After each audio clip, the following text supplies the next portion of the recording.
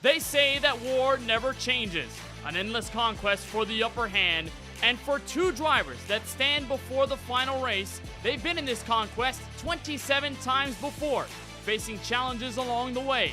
But no matter how complex the situation, this war and its stakes are simple. 3 points, 2 drivers, and 1 4-wide championship. Live from the virtual Homestead-Miami Speedway, we welcome you to the championship race of the Season 6 4-wide Racing TJ's Team Series right here on the KBueno Racing Network.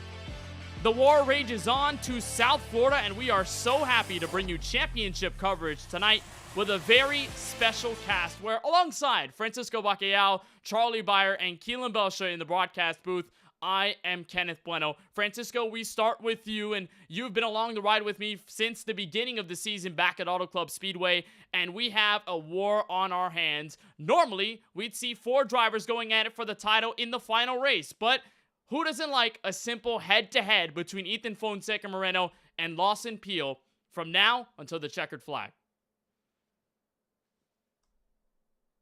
Happy to be here at home, just a couple minutes away from my hometown, and you said it right there, Kenneth. A season-long battle between these drivers got them to this point with many wins and triumphs to get them here, and ultimately it's going to take one more battle at the Homestead-Miami Speedway to determine who exactly is going to be a champion. Is it going to be Lawson Peele, a former champion of the series, multiple-time winner, a long veteran, or is it going to be the rookie Ethan Fonseca Moreno?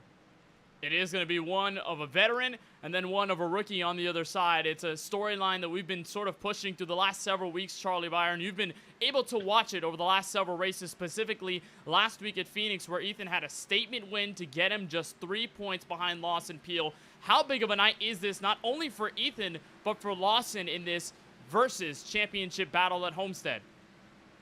Well, first off, Kenneth, thank you, you and Francisco, for the opportunity to step back in the broadcasting seat for tonight.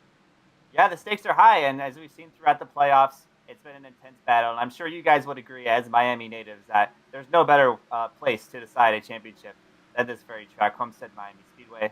This track has been host to a plethora of realized dreams and broken hearts.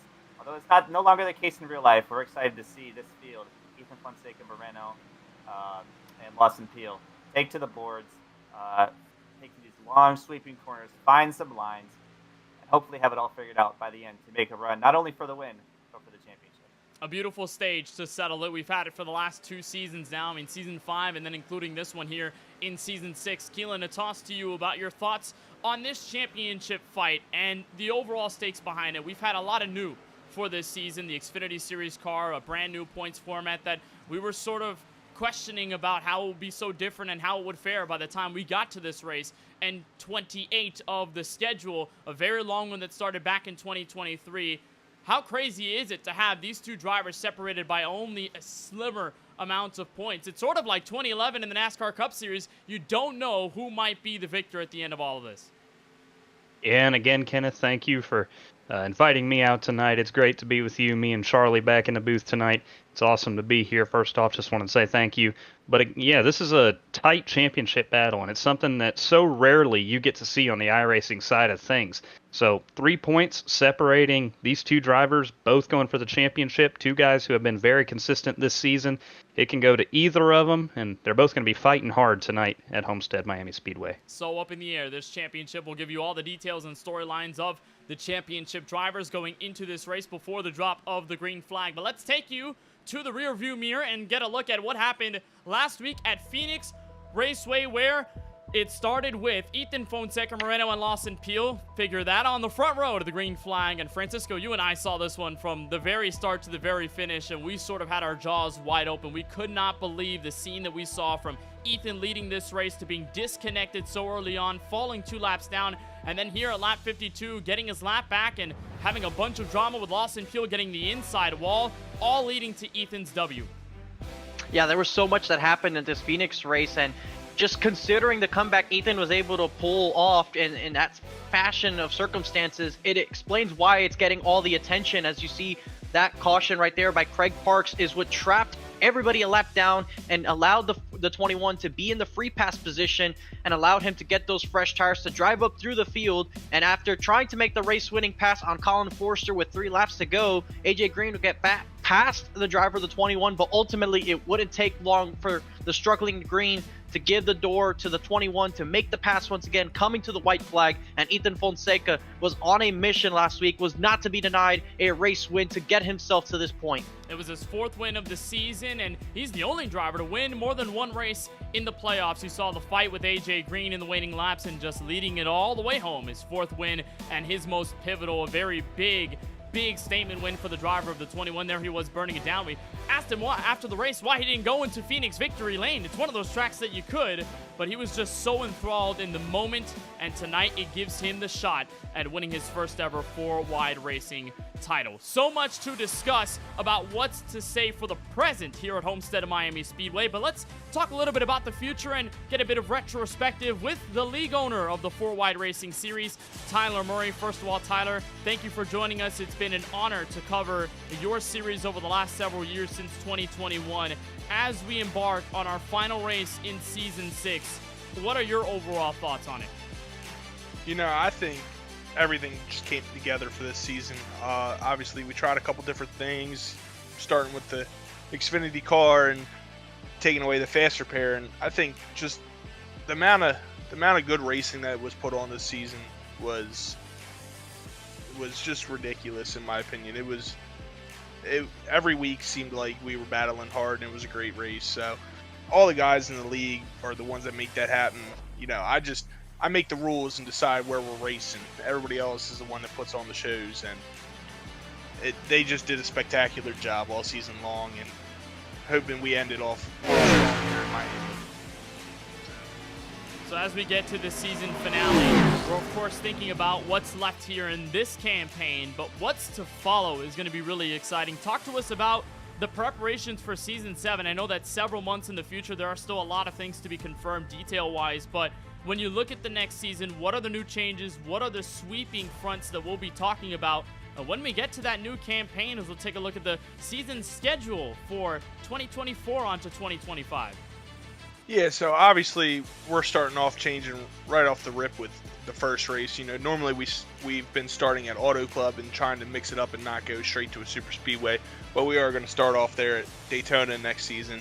The biggest change obviously is going to be the fact that we're leaving the Xfinity car in Season 6 and we're going to go back to the next gen. iRacing has gone ahead and made some major upgrades to that car on the service, and in the opinion of the admins and through most of the league in the postseason poll, we all feel that the next gen is going to put on some better racing, and you can do a lot more with the next gen than you can in the B kart in terms of side drafting and dirty air and things like that. So we're excited to make that change. And then we're going to return to the Season 5 playoff format, the elimination playoffs. So the first 3 races will be the round of 15, which is Wilkesboro, the Roval, and Talladega. And then we're going to have the round of 10. We'll eliminate the bottom 5 drivers from the playoffs there. And we'll be going to Michigan, Phoenix, and Charlotte. And then the round of 5 will be the championship race, once again, coming back to Homestead-Miami. We're excited to make this change. We feel like it gives more people a chance to get into the playoffs to begin with, in terms of the winning in that will be coming back. Additionally, it's going to make it a lot easier to have a bad race and still be alive for the championship. In this format, it's pretty much if you have a bad race, there's no chance that you're going to be fighting for the championship, whether it's the first race of the round or not. So we just think that'll provide a tighter points battle and more excitement through the playoff races. And then we're not going back to Wilkesboro for the All-Star race. We are actually going to make that a points race this season. Head to Las Vegas about halfway mark of the season and do our All-Star Open and our All-Star race there. And we're hoping to start sometime around September. That's all contingent on a couple of different schedules that people have, and we'll make sure we get that announced on the 4Wide Twitter at 4WR Racing on X. Forgot it's not Twitter anymore. It's X. It's a transition that all of us have had to make. I always say Twitter still. It's literally a word in the dictionary to say tweet. But nonetheless, Tyler, we're so excited about what's to come for Season 7, and we know that the Xfinity card will still be missed. This playoff format will be missed, but we know how much excitement that the next-gen car and the playoff elimination style format has brought us, so I'm sure that there's a lot of excitement on that front as well. Going into this championship race, you have basically two titans at the top. You have Lawson Peele, who's led the point standings from the beginning of the playoffs until now. Ethan Fonseca and Moreno back by 3 points. We know that Kyle Benson is back by 14 points, so he technically still has a shot, and so does Jaden Porter back and forth. But the real storyline is between Moreno and Peele and what they can do for their championships respectively. What do you think the outcome is going to be as a driver and as a league owner here at Homestead? I know as a driver, I'm going to be looking for both of those cars on the track and making sure I give them room to race, and also being aware of my surroundings, because I know that it could get Carl Edwards, Joey Logano-esque towards the end of this if the points are tight enough, and I don't want to get caught up in it. Obviously, Kyle Benson being a driver for my team, I'd like to help him out as much as I could, but I don't want to put myself in a scenario where I affect anybody else's chances unfairly. It's definitely a tight battle. I'll give it to Moreno. He's overcome some adversity here in these playoffs, taking that win away from him at Dover on the penalty clear that he wasn't supposed to get. That was real painful to do. I didn't want to have to make that call, but that is the way that the rule book works. And being the league owner, my word is final, and I didn't want to do that to him. But he's worked his way back. And especially at Phoenix, when he dropped out of the race, he was 3 laps down. That was pretty crazy how quickly he got back on the lead lap and how fast it seemed he was coming through the field.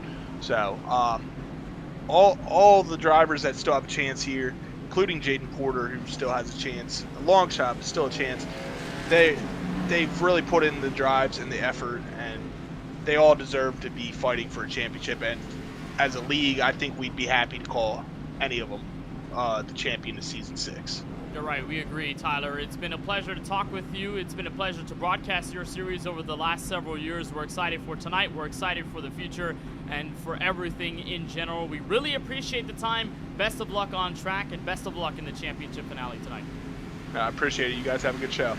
That is Tyler Murray, the league owner, man at the helm of the ship for everything 4-wide. And here's a look at his Ford Mustang in silver tonight. He told us, Francisco, that it was going to be a spotter's nightmare for him and all the Murray Beatty Motorsports cars, and it seems as though he's right. He's got all the cars decked out in silver for the team tonight, including Kyle Benson. So we'll get into that and all those jokes in several moments. But, Francisco, your thoughts on Season 7? We go back to the next-gen car that we saw Jaden Porter and Lawson Peele win championships in. We Homestead-Miami Speedway going back as the finale race and an overall revamped schedule for the next campaign. What are your thoughts on it?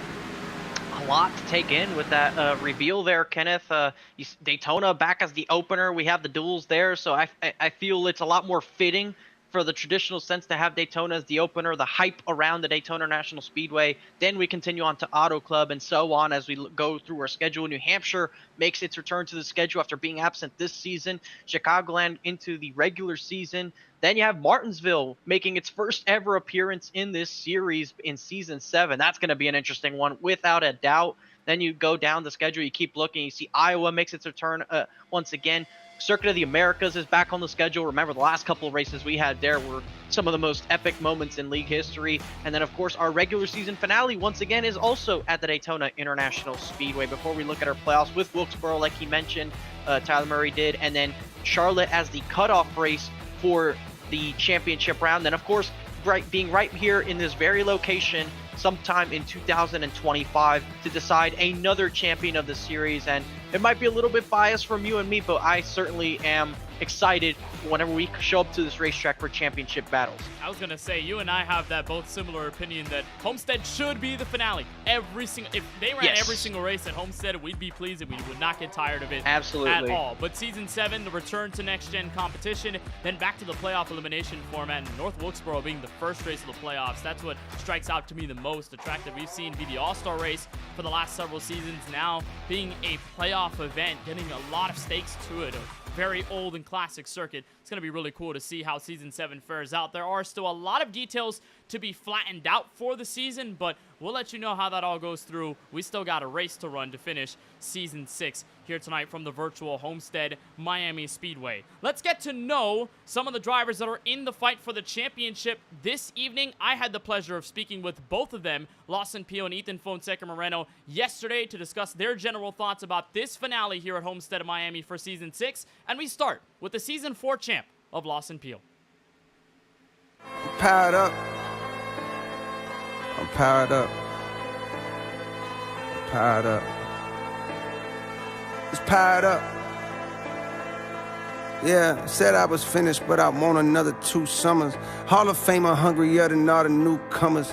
I accepted the transition to this car with, I think, humility. I didn't want to do it, but I was excited for something new. And, the consistency has been the key thing, I think, for me to be where I'm at when I'm not having my best days. Just the mediocre stuff, turning that into top 5. So that's been huge. I'm the one in fear on the low ski. Heard them talking like we peers, but they grossly mistaken. It'd be huge, especially doing it in this car where I feel like I'm a little bit under the gun. And after having one kind of slip through my fingers last year, and you guys over at BBR bringing it home, I think us over at DBR were ready to bring the trophy back. I can't recall a time when you gave me something. More 16 in the team summit. The boys kiss rain when they see the king coming. They know I run things like the police coming. Something.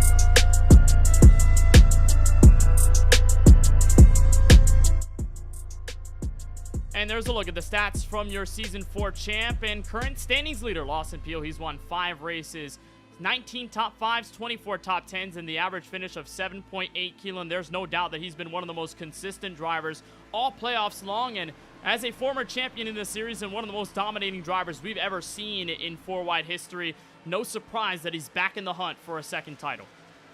Yeah, consistent this season and consistent through his entire 4-wide racing career.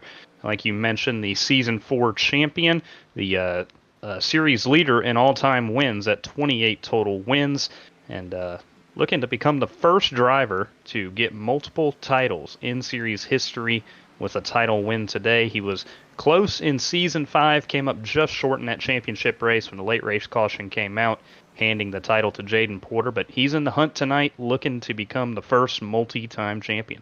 And ever since he's joined this series, basically in a full-time effort, Season 4 and Season 5, he made the championship round, won one, then lost the other, like you said, to Jaden Porter. I'm sure he's hungry about getting another and to make history in his own right. He told us all about how much it would mean to him for this race to go down his way to get another title. On the other end of the spectrum is the rookie, Ethan Fonseca-Moreno, who has shocked all throughout the entirety of Season 6. We got a word with him yesterday and his overall thoughts about his chase for his first ever 4-wide championship.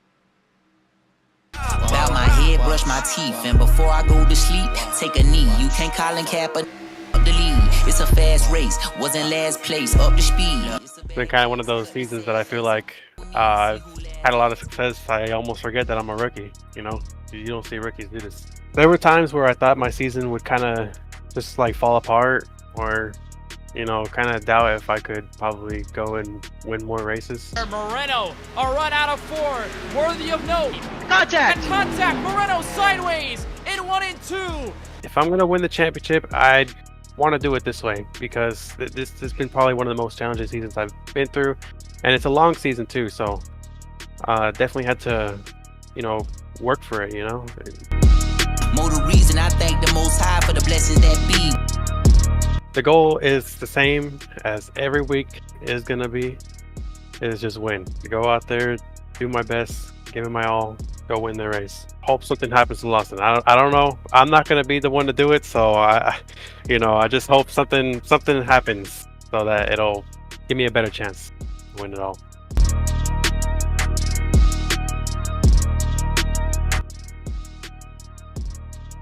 And then there's the other side of the table. Ethan Fonseca-Moreno has 4 wins this season, the second most of any rookie, trailing behind Brandon Hawk and Charlie. The stats show you one thing, but the storyline tells another. The way he's been able to garner the victories, garner the top 5s and top 10s, and be in contention for this championship at all is wild in itself. We talked about all of that, but he's in the hunt for his first ever title tonight. It's going to be a tough challenge.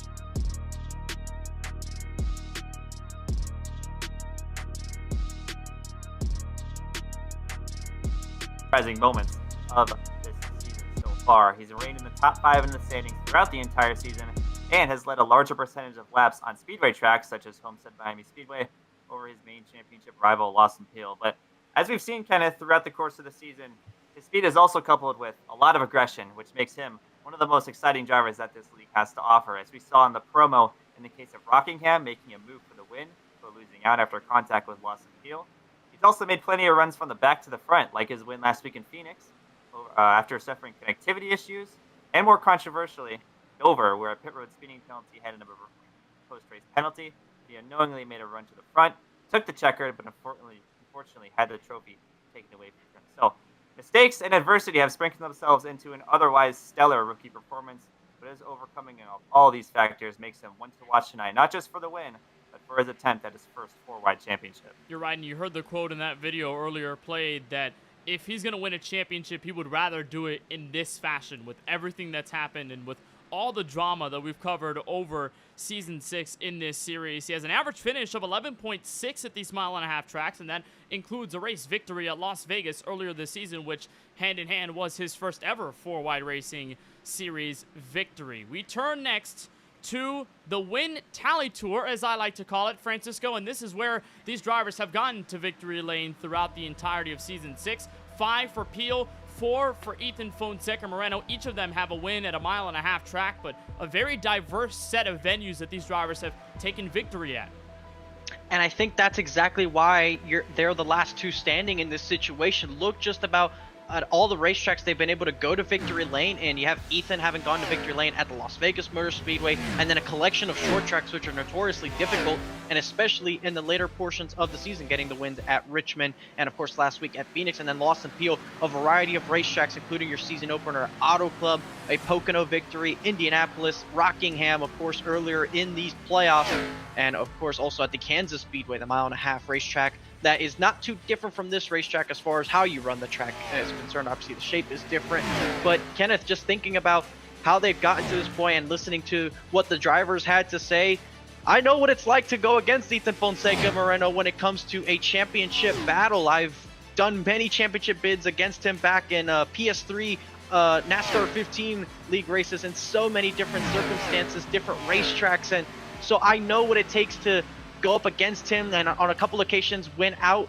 And just as a head to everybody, when you're in a situation like that, you can absolutely feel the pressure. If someone tells you you can't feel the pressure, they are lying to you, or they're not prepared for what they're about to do. You certainly feel some bit of butterflies. You're thinking about your strategy in an over excessive amount, and that just goes to show that you really want this. So you have to go out there and take it. And if for Ethan Fonseca, who's a rookie going up against Lawson Peele, a veteran, my advice to him is to just absolutely take it in and absorb the moment. And honestly, I think with the way these two have ran all season long, all playoffs long, it wouldn't surprise me if it takes a race win here tonight to win this championship. That's what he said his goal was to go out and win, and you saw in the video as well, he said that, as well as the fact that this championship, he's going to try not to think about it too much, because then it could harm him in the end. He wants to just do what he does every single week and go out for a victory that could end up in a 4-wide racing championship. We'll see if we can get a word with both of our main championship competitors. We can also talk with Kyle Benson as well, who still mathematically has a shot at the 4-wide title. We'll start with the California of Ethan Fonseca-Moreno. And there's the noise here whenever he joins the broadcast. Ethan, do you got a copy with us? Oh, yes. All right, Ethan. Well, talking to you 11 minutes out from qualifying starting here at Homestead-Miami Speedway. I know we talked yesterday about what you think going into this championship race, but what are the thoughts like now? Well, I'm just kind of taking the same approach as any other race right now. Not really thinking too much about it. Yeah, just trying to lock in right now. and you were talking about your experience here at Homestead-Miami Speedway and just trying to figure this track out over the practice session. Have you noticed over this practice session, and what have you been trying to work on through your laps here and even extracurricular laps that you've run in practice? I'm trying to work on my racing line, of course. I've seen others do different things that I haven't done, so trying to learn off of them right now. Seeing how much I can push with this track right now. The conditions are a little bit different to what I'm used to, so just trying to get used to that and settle myself in. Well, Ethan, on several occasions, you and I have had a history when it comes to battling out there on the racetrack. What does it mean to do it on iRacing this time around as someone as competitive as Lawson Peele?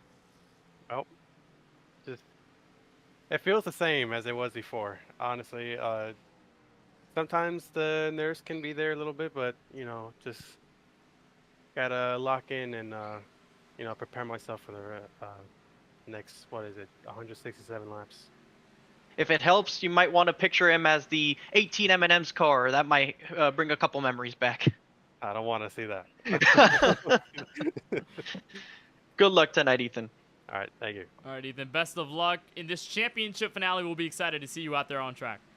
All right, appreciate it. So that is Ethan Fonseca Moreno as he guns for his first ever 4-wide championship. We're going to be waiting on Lawson Peele to get some thoughts from him prior to the drop of the green flag, but he runs 4th in practice right now. A driver that we haven't talked about as much that still theoretically has a shot is Kyle Benson, 14 points out from the standings leader in Lawson Peele. He is top of the board right now with a little under 9 minutes left in practice. And Kyle, we join you now. First of all, top of the board in practice. It's looking real good for you out there. You've got a decent shot at the championship tonight by 14 points. What are your thoughts heading into this one? Just drive the old race car. Outside looking in, I've done it before. We're going to see if we can pull one out. Feel pretty confident. I think I got myself a nice little piece tonight, and we're going to see how the cards play. I'm pissed off, man. I want this so bad. Last week had a sour taste in my mouth, did some stuff I shouldn't have. But, I'm ready to go, man. I want this really bad. Fired up and ready for this race at Homestead-Miami. And, you've had the most championship experience out of everyone in the running for it right now. Ethan, obviously, in his first run at a championship, the first time he's ever been in that situation. Lawson has many times before, but not as many as you. You've been in this situation so many times. How do you use that experience to fuel you for this championship run tonight? Well, it feels like another day of the office. I'm going in this with, no expectations, and if I wreck it, I wreck it, and if I don't, hopefully I'm in victory lane and with the championship, but I just know how it's going to play out. I think they're going to race each other really, really hard. And I'm just going to try to sneak my way through there and get as many points as I can. 14 points, yes, it's a big gap, but when these points playoffs and all these points you can gather up in a race, you can have a good shot at it depending on how the race goes. So we're going to keep our nose clean. We're going to try to get as many laps as we can and just try to hope we have a good long run car and hopefully beat them up straight up. One thing you told me several weeks ago that I always remember ever since you told me in Discord DMs was that this championship has been eluding you for a long time. I'm sure it feels like that tonight. I'm sure the nerves are kicking in, but nonetheless, Kyle, we really appreciate the time. Best of luck in your run for a championship tonight at Homestead. Appreciate it, buddy. Thank you.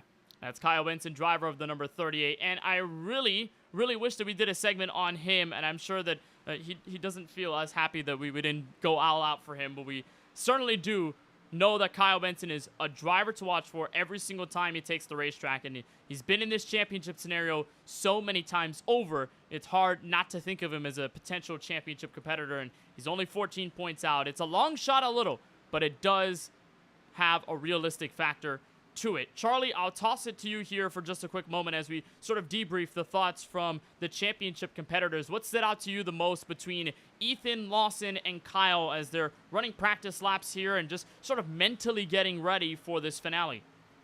There's a lot of different driving styles that we've seen throughout these three drivers, some more aggressive than others, namely Ethan Fonseca and Moreno being really aggressive on the racetrack. But with all this culminated, the competition still is very, very close, and all of them are top on the boards in practice. So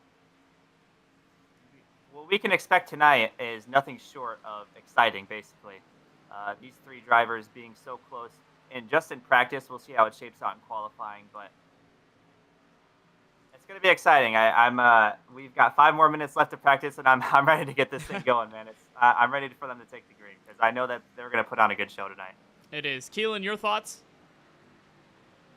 I just think we're going to have a good show tonight, man. Like I said earlier, you never get a championship battle in iRacing that's this close. That's 3 points separating the top 2 and then 14 back to third. So all 3 of those guys, they are in this, but guys to keep an eye on, definitely that 21 and that 12. They have been at each other's throat all season, racing for wins versus each other, and it'll be no different today as they gun for a championship. They've pretty much matched each other's stats. I know their wins are 1 apart or so, but you look at their average finish, they have just about the same average finish from this entire season. So they've been all over each other, and don't think it'll be any different tonight. If you really want to know how close these 2 drivers are in overall stats and standings here tonight, just know that we spent a bulk of the time pre-race asking Tyler about tiebreaker rules and how far it would go. Because if Ethan wins the race tonight, he would tie Lawson with 5 wins on the campaign, and if they are at a tie, then we would have to break it down from different categories that stretch way beyond just the playoffs and tonight's race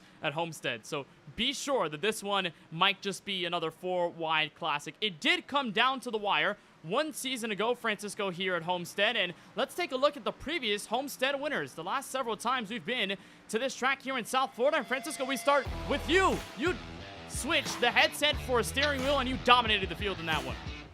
That was definitely a fun night, a dominant night from myself. Led 130 of the 134 laps and got my first ever 4-wide racing win. Was talking to you at the end of the night, and certainly a fun evening. Always happy to get a hometown win, and got plenty more of those as time went on, but certainly a huge one for me morally. And as we went on to season 4 with the next gen cars, it was Lawson Peele who's currently in a championship fight. On this occasion, it was not a championship race, but he took the win.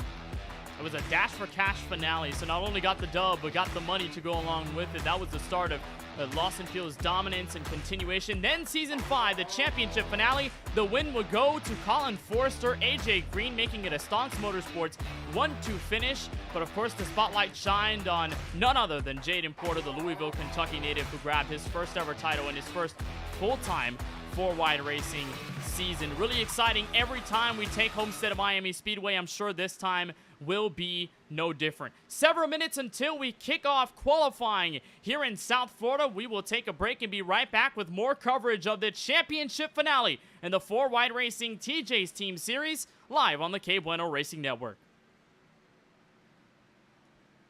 Racing isn't easy, but experiencing it is. iRacing puts you in the driver's seat with the industry's leading sim racing game. Drive on laser scan replicas of the greatest racing circuits from around the world. Go head to head against other drivers chosen by skill-based matchmaking to ensure competitive racing at every level. Compete across all your favorite series. In officially licensed cars, engineered to deliver the most accurate driving experience possible.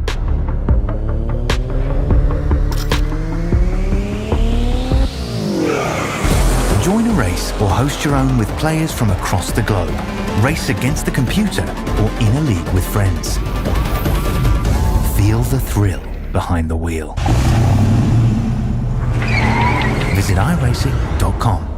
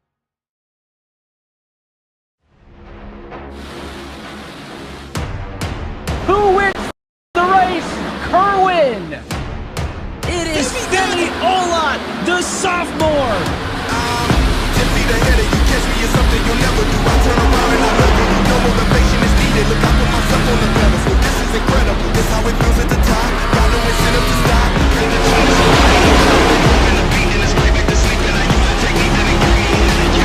All the work and I'm on it, yeah. All that I do is I'm on it, yeah. Performing the beat and it's right back to sleep. And I use the technique that it got me, yeah. I give it all that I got.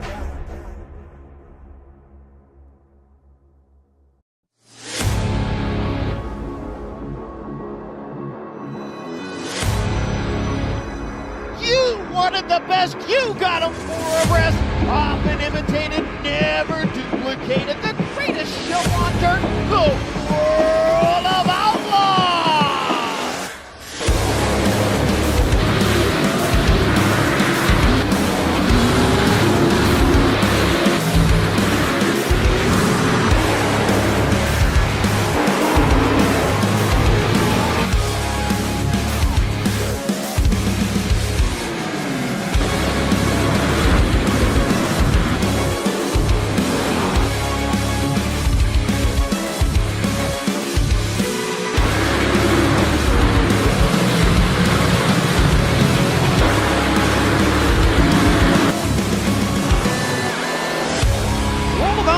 Dirt Racing will be available September 27th. Pre-order your copy today. Racing isn't easy, but experiencing it is. iRacing puts you in the driver's seat with the industry's leading sim racing game. Drive on laser scan replicas of the greatest racing circuits from around the world. Go head-to-head against other drivers chosen by skill-based matchmaking to ensure competitive racing at every level. Compete across all your favorite series. In officially licensed cars, engineered to deliver the most accurate driving experience possible.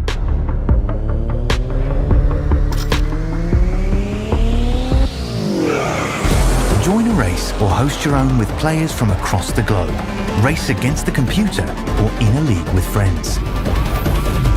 Feel the thrill behind the wheel. Visit iRacing.com.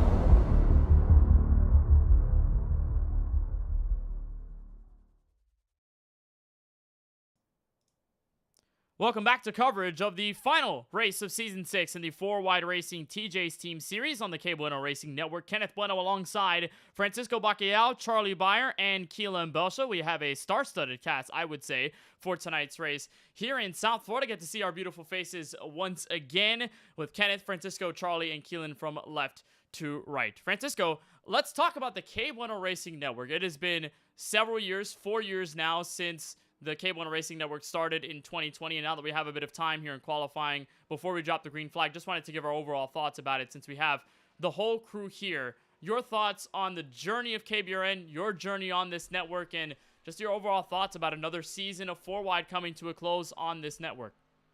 I'm very happy to have been part of this story, Kenneth, having done my first broadcast in September of 2020 in the TRL Truck Series at the Daytona Road Course, where we had the person to my right in the race, Charlie Beyer. I remember you flipping in that race on like lap 3 or something, and that's certainly one of those moments I remember.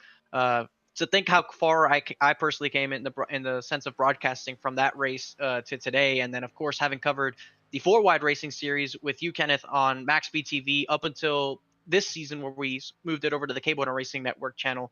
Just thinking about everything we've done, and that aspect has been amazing. And of course, having been sponsored by KBueno Racing Network during my league racing career, having won a couple of races with the car as a primary sponsor, I'm very happy to see the channel grow as much as it did to cover the series that it has done so in the past, including the QuickTime series, and among others. And just really happy to see the growth, and I can't wait to see what the future holds for us. And Charlie, you were here since the very beginning. I mean, you were the main man that helped me start this series. I remember my computer was worth a potato chip and maybe 3 crackers. It could not hold up a YouTube stream to save a life, including an iRacing broadcast at that. And you were the outstretched hand to help me get some shows on the air. as laggy or as fun as they were, I mean, they were unbelievable, and you were so instrumental in all that process. For everyone that doesn't know watching the stream tonight, Charlie was our original producer on this channel before I stepped in and got a beefier PC to produce the shows that you see these days. But Charlie, your thoughts about not only rejoining the booth for tonight's race, which I really appreciate you joining, but just your thoughts on the KBueno Racing Network and getting to 4 years this time. Well, yeah, to say that we've come a long way is an understatement. We've been at this for almost over 4 years now. And I know you like to give me credit for starting, obviously being a producer and starting off, but everything that's happened since then is all thanks to your hard work and dedication. You've successfully built this into a reliable and very fun stream broadcast environment for all leagues. Truly one of the best in the game in terms of independent broadcasting services for iRacing. But yeah, Kenneth, it's been a long time, and the development is very cool to see. And thank you for lending a hand and letting us join you tonight on a special night for the league. Makes it even more honorable for us to be here. Those kind words mean the most to me, Charlie, and it's obviously great to have you guys as a part of this show, because it's not only special for 4Y, but it's special for this series every time one comes to a close. Keelan, your thoughts? I mean, you joined KBRN, and you've been a part of so many streams, whether it be QuickTime or whether it was that one time at Las Vegas with the Work National Series. You broadcasted QuickTime a couple weeks ago on your own, produced. I was really proud of you to get all those assets together and put those shows through. So what are your thoughts on 4 years since we started the KBueno Racing Network? Because it started as an idea that spread around our group chat on Instagram and just became what it is now 4 years later. Yeah, I remember that group chat on Instagram where we changed the name of it to the date every day, and you were in there talking about how you wanted to do this, and we were like, go for it, Kenneth. And I remember that first night at Virtual Chicago, your computer just fell apart in 5 minutes, and I was like, well, what am I doing here? And then Charlie came in, he picked up your scraps. But it's been fun from the IQSSL pre-race shows. I know Bungeon Lawn Care, that's where I felt like you really kind of pulled it together, got the strings together. You really molded yourself into a great commentator, great producer. You really can do it all. And I know not everybody watching a stream, they can just, see everything you're doing, but it's kind of incredible seeing all these windows I got open right now and what all you're doing. Sorry if I'm breaking the fourth wall, but it's awesome seeing what you're doing and how you've grown as a producer and all that. It's awesome to be here, and I've loved the KBueno Racing Network. It's been awesome. I'm glad to be here for 4-year anniversary and a great championship race we got tonight. It'll be so much fun tonight to be with you guys, the group that basically has been the heartbeat of KBRN since the very beginning. Mason, there's a Mason shout out right there. There he is. Mason Buyer. He's chilling on top of the computer. What's he got to say? He's got a good future tonight. I don't know. He's been pretty Does he quiet. have any particular preference on who's going to win the championship tonight? Has he given you any intel? His paw is pointing towards your pole sitter, Adam Adelshire. Oh, wow. Adam Adelshire going for Skybox tonight as we go through qualifying. I think gave us just the rundown of qualifying. We don't even need a ticker. Just give Charlie's camera the airtime with Mason's paw on it, just going through the entire order. But, yeah, for those that don't know, here at the KBueno Racing Network, all of us were all a big group of friends that started getting to know each other back in, I'd say, 2017-18. That's when we all got really, really close, and our group chat has blossomed into one that we always chat in every single day. We've had a fair share of iRacing events that we've run together. Charlie Keelan has been part of the iRacing 24 that we've run every single year. We're trying to get Frutiger Arrow off the ground, if you will, but we're all a big group of friends. We were all part of this KBueno Racing Network, and I cannot appreciate them enough. Francisco, Charlie, and Keelan, you guys have been so amazing, so supportive, and I really, really am proud and happy to have you guys on this broadcast tonight. I think it's going to be so much fun, and I'm sure that you guys watching at home will have a lot of fun as well as we try to decide a 4-Wide Racing TJ's Team Series champion for 2024. Francisco, let's get into our favorite track, Homestead-Miami Speedway, finale race the last several seasons, finale tonight. What's about this track that makes it oh so special?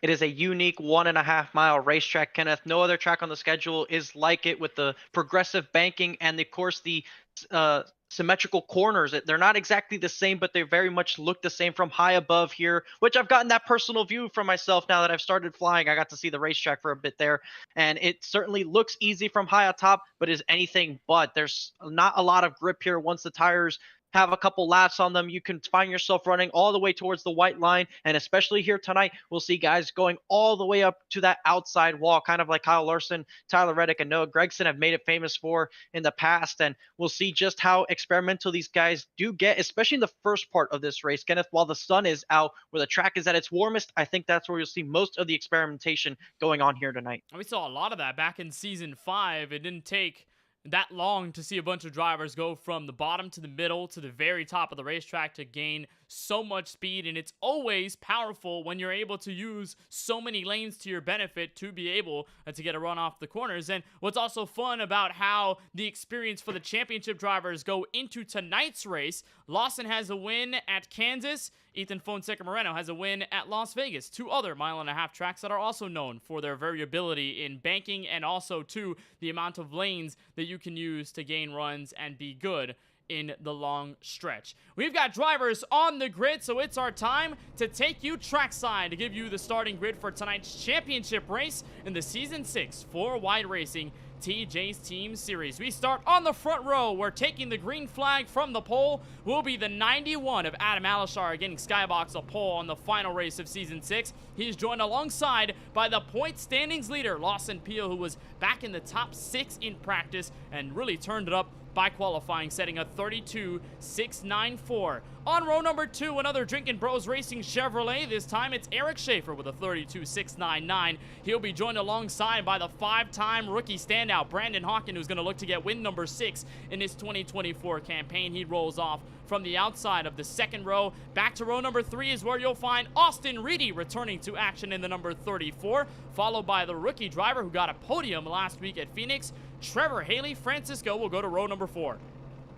Brandon Banks will be rolling off from the P7 position. Alongside him, Daniel Michel, the California driver, far from home, is going to be in P8. Jesse Prees is going to be lining up at 9th, and Ethan Fonseca Moreno, championship contender, starting well off away from rival Lawson Peele. And Kyle Benson will be starting in the 11th spot, basically has to win here tonight, and Colin Forster will be alongside him in the 12th spot.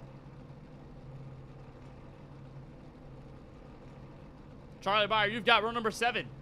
Row number 7 on the inside is the 71 of Curtis Kelly, and to his outside is AJ Green in the number 48.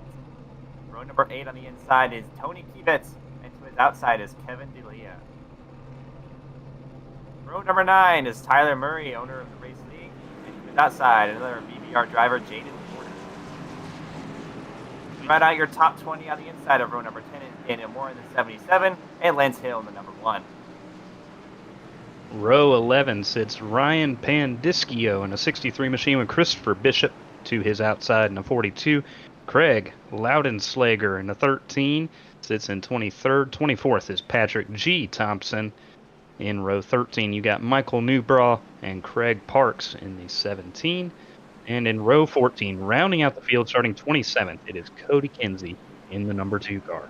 That is your entire 27-car field. And while talking to Tyler Murray before we jumped to tonight's race at Homestead, he said that for Jaden Porter, who is a vocal points behind your top 3, he still is mathematically eligible, and he would have been eliminated if 22 or less cars showed up in the field. We've got 27, a healthy amount for the 28 to try a long shot bid at a championship. But for the moment, it's Lawson Peele, Ethan Fonseca Moreno, and Kyle Benson, those 3 to watch for as we move forward to tonight's race. Let's get a look at the weather in the late afternoon in South Florida. Track temp at 88 degrees, which should see it cool down quite a bit. Francisco, winds to the north, though pretty strong at about 10 to 11 miles an hour. A beautiful day, nonetheless, to go racing in the sim.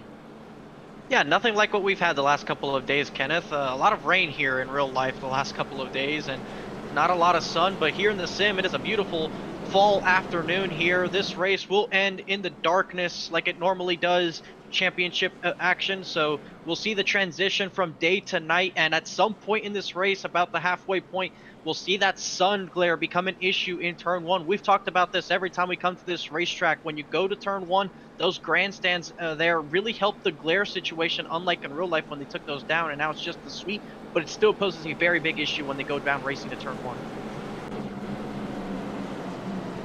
Look at the pace car taking everyone through There's a look from Adam Alashire in the 91, who's searching for his second win of the season. Got his first at the Daytona International Speedway. He is pretty far out from a championship bid, but he sits in 12th in the standings, 105 points back. He will have a reset in the final race as they round out of turn 4. We'll see if the pace car makes its way onto pit road for the first time tonight. It's Adam Alashire and Lawson Peele to take us championship racing from Homestead-Miami Speedway.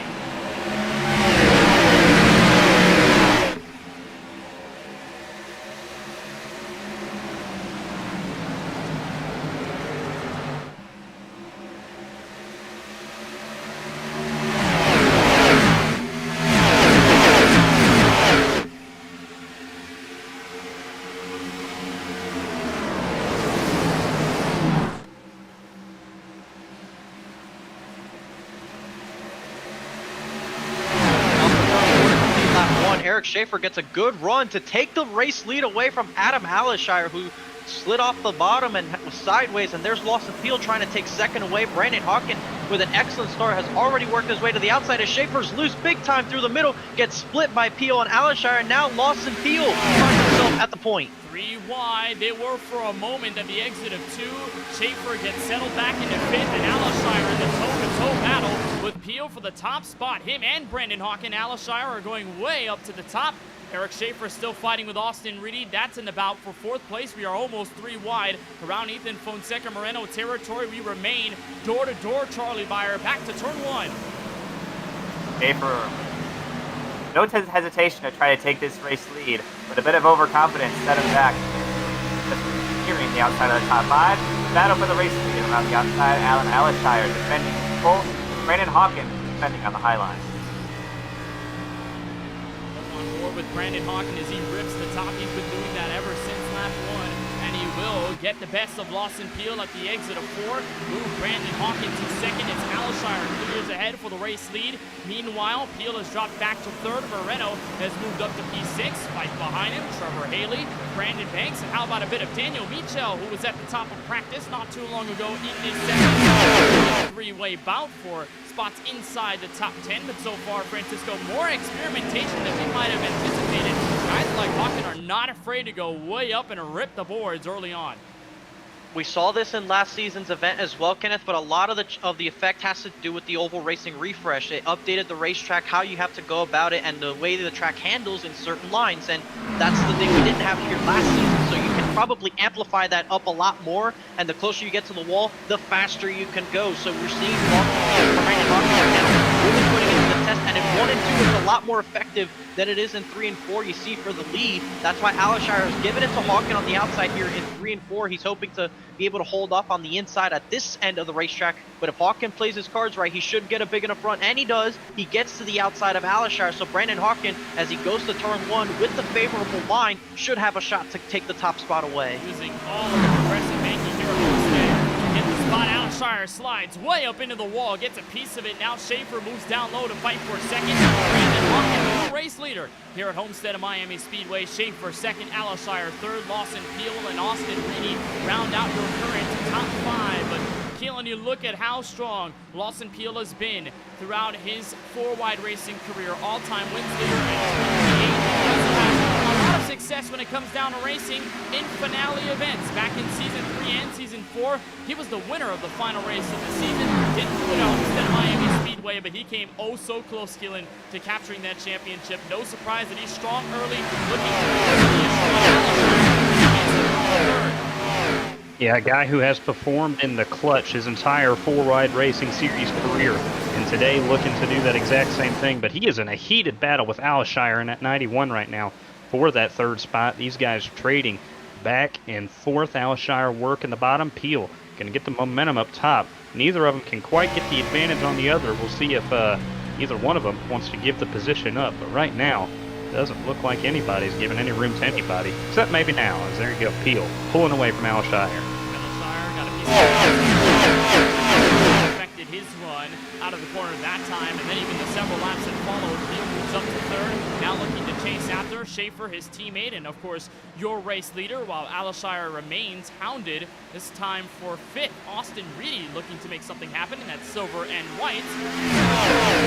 Mustang from Mervini Motorsports, and right behind him, Francisco, the second place driver in the championship. Ethan Fonseca Moreno in his beautiful Vaporwave type paint scheme, done by Cosmin Unishu.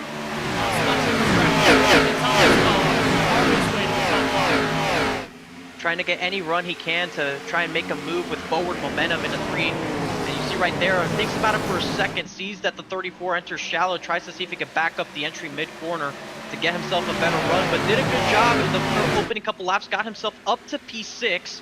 Right now has stayed there for the last couple laps, has Daniel Michaud on his tail, but seeing that the 34 and the 91 battling in front of him, he's hoping to try and get some kind of position here so he can start to chase down that 12 car. It was critical for his sake that the 12 hasn't led that lap yet. He had a run off of turn 4 that wasn't quite enough to get him to the lead at the line, so very big because bonus points tonight could play a big role in who comes out on top if they finish close to each other. You're right, but it could get very dangerous because Drinkin' Bros Racing might take over the top spot, not by Peele, but by his teammate, Eric Schaefer. Looks on the inside for the bid on the race leader, Brandon Hawken, who's been very much at the top of the racetrack since we started. Schaefer in the hopes that the 98 car will just burn off the rest of what's left on his Goodyear Eagles, but Hawkins going to get the run out of turn 2, and it'll work in behalf of the 98. Now for Peele, a very interesting situation because he doesn't really want to strike this hard so early, Charlie, because he knows the drivers in front really don't have an effect on the championship. He's just running for his own sake. So how careful do you have to be running around Schaefer here for a second, and if you have a chance to get to Brandon Hawken, the race leader?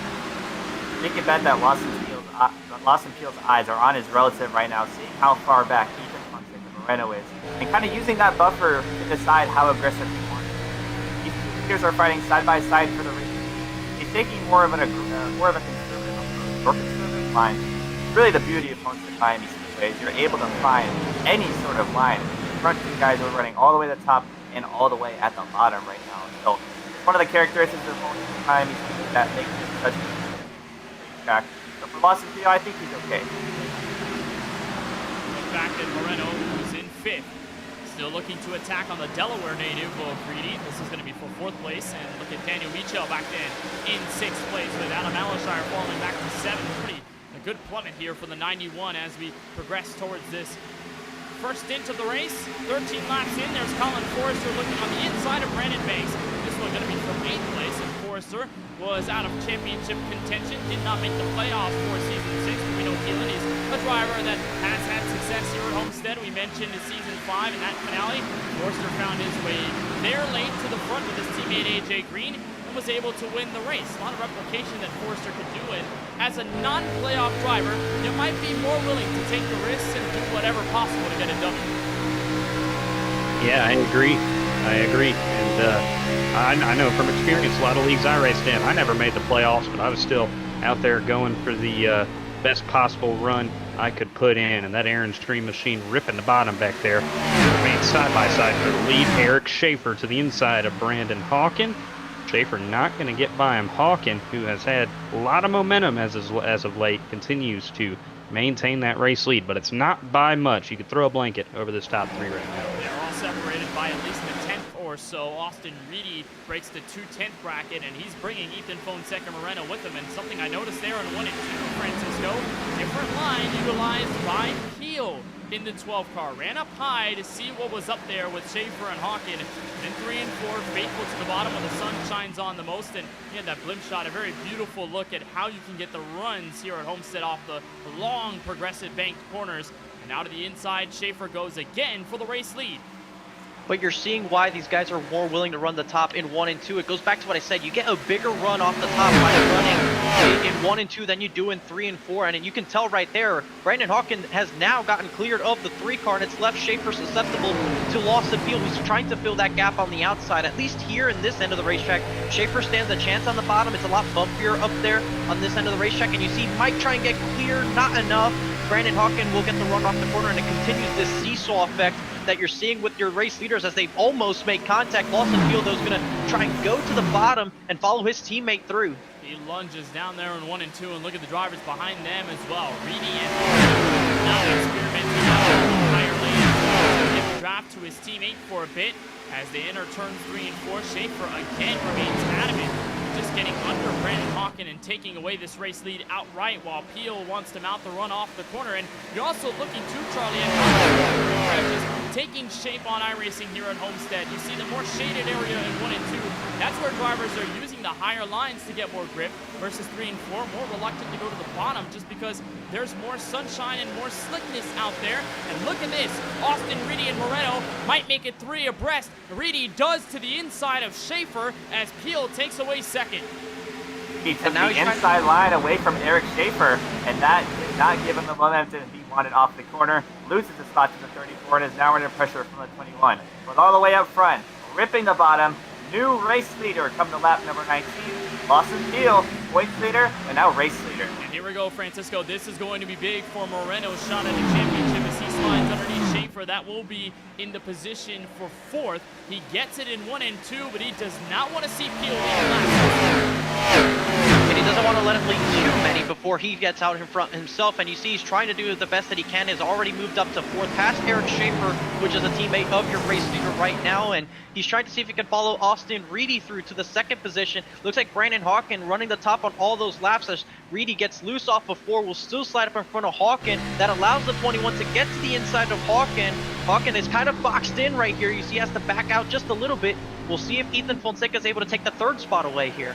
Interesting to see Hawken fall back this early in the race. More often than not, we see him dominate the field as the caution comes out for the first time tonight. Sizable crash, Tony Kibbett and Christopher Bishop among others involved. This is turns 1 and 2. Keelan, a big stack up there. Huge stack up, and we'll get a look and see what happened here on our KBueno Racing Network replay system. Try to get a look of what brought out the first caution of today's race. Driving in the corner right here, going down deep into turn 1. Tony Kibbett in a 76. Ooh, got clipped in the right rear. And just rode up in head on into the fence. Hard hit. That'll definitely total that 76 machine. And then they just pile in behind him. Okay, Kevin D'Elia in the 53 also getting a piece of that.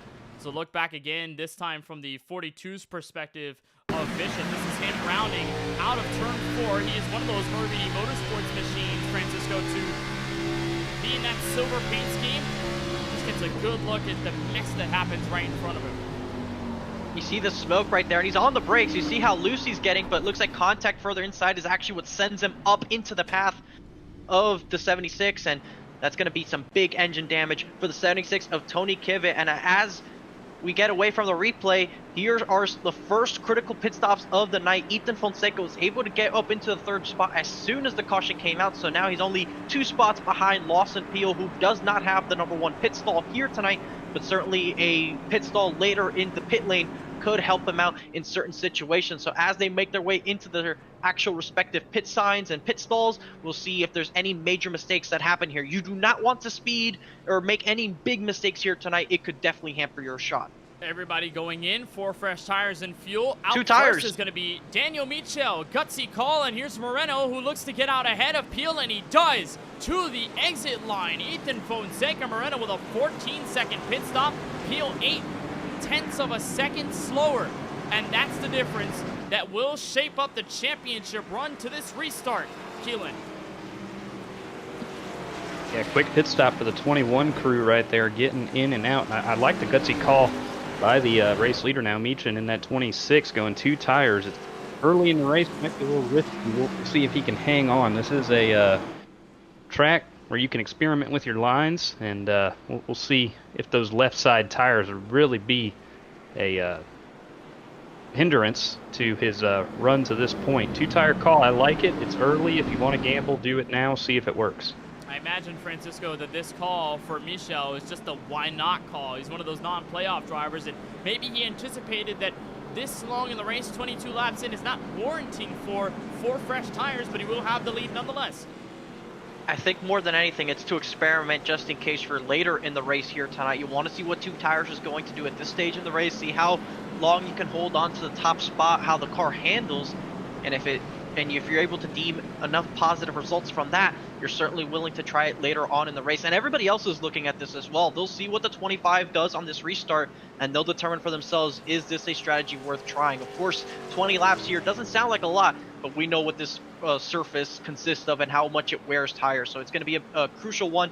And the order for this restart is going to be crucial because Ethan Fonseca now lines up behind your race leader, can probably get a better launch than Austin Reedy on the outside, having to guess where the 25 goes instead of being directly behind him. That could see the 21 maybe have a shot to go up into second place. And if he can get up there and lead laps after passing the 25, that'll be crucial for his championship contention. But we know that the 21 and the 25, both of them have had their fair share of tension. Most notably Sonoma, and he did talk to me about some of the tensions he's had with some drivers in the series. They check up on the inside lane, but they round out a Ford nonetheless.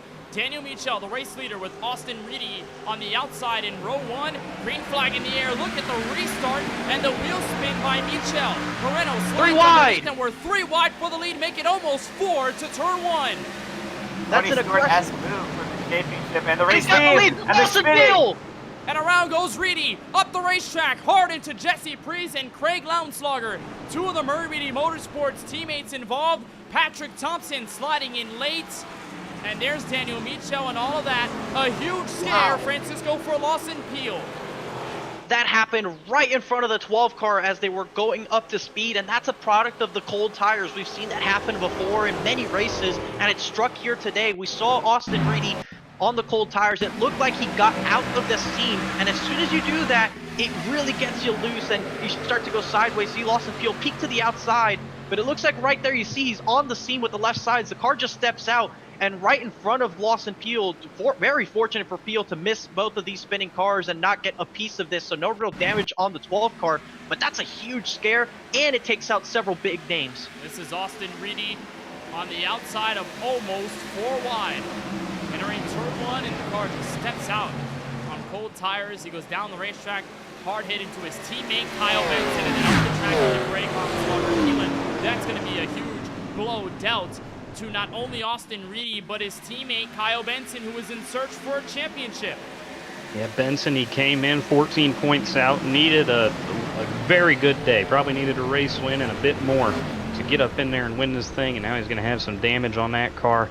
And something I'm also curious about with how crucial bonus points could be today, that 12 of Lawson Peele, I'm wondering if he got any incidents in that crash that could have cost him that 0x bonus in today's race. He got so close, and by the way, just a whole heap of teammates involved in that, Francisco. You look at the Murray Beatty Motorsports teammates involved, and then Daniel Michel in that, along with Lawson Peele. It looks like it was a whole team takeover for this caution. And Keelan brings up a fantastic point about the point standings and if Lawson got any specific incidents from that. It appears he did not, but it was really close. I'm sure his heart skipped a beat there, maybe or 2.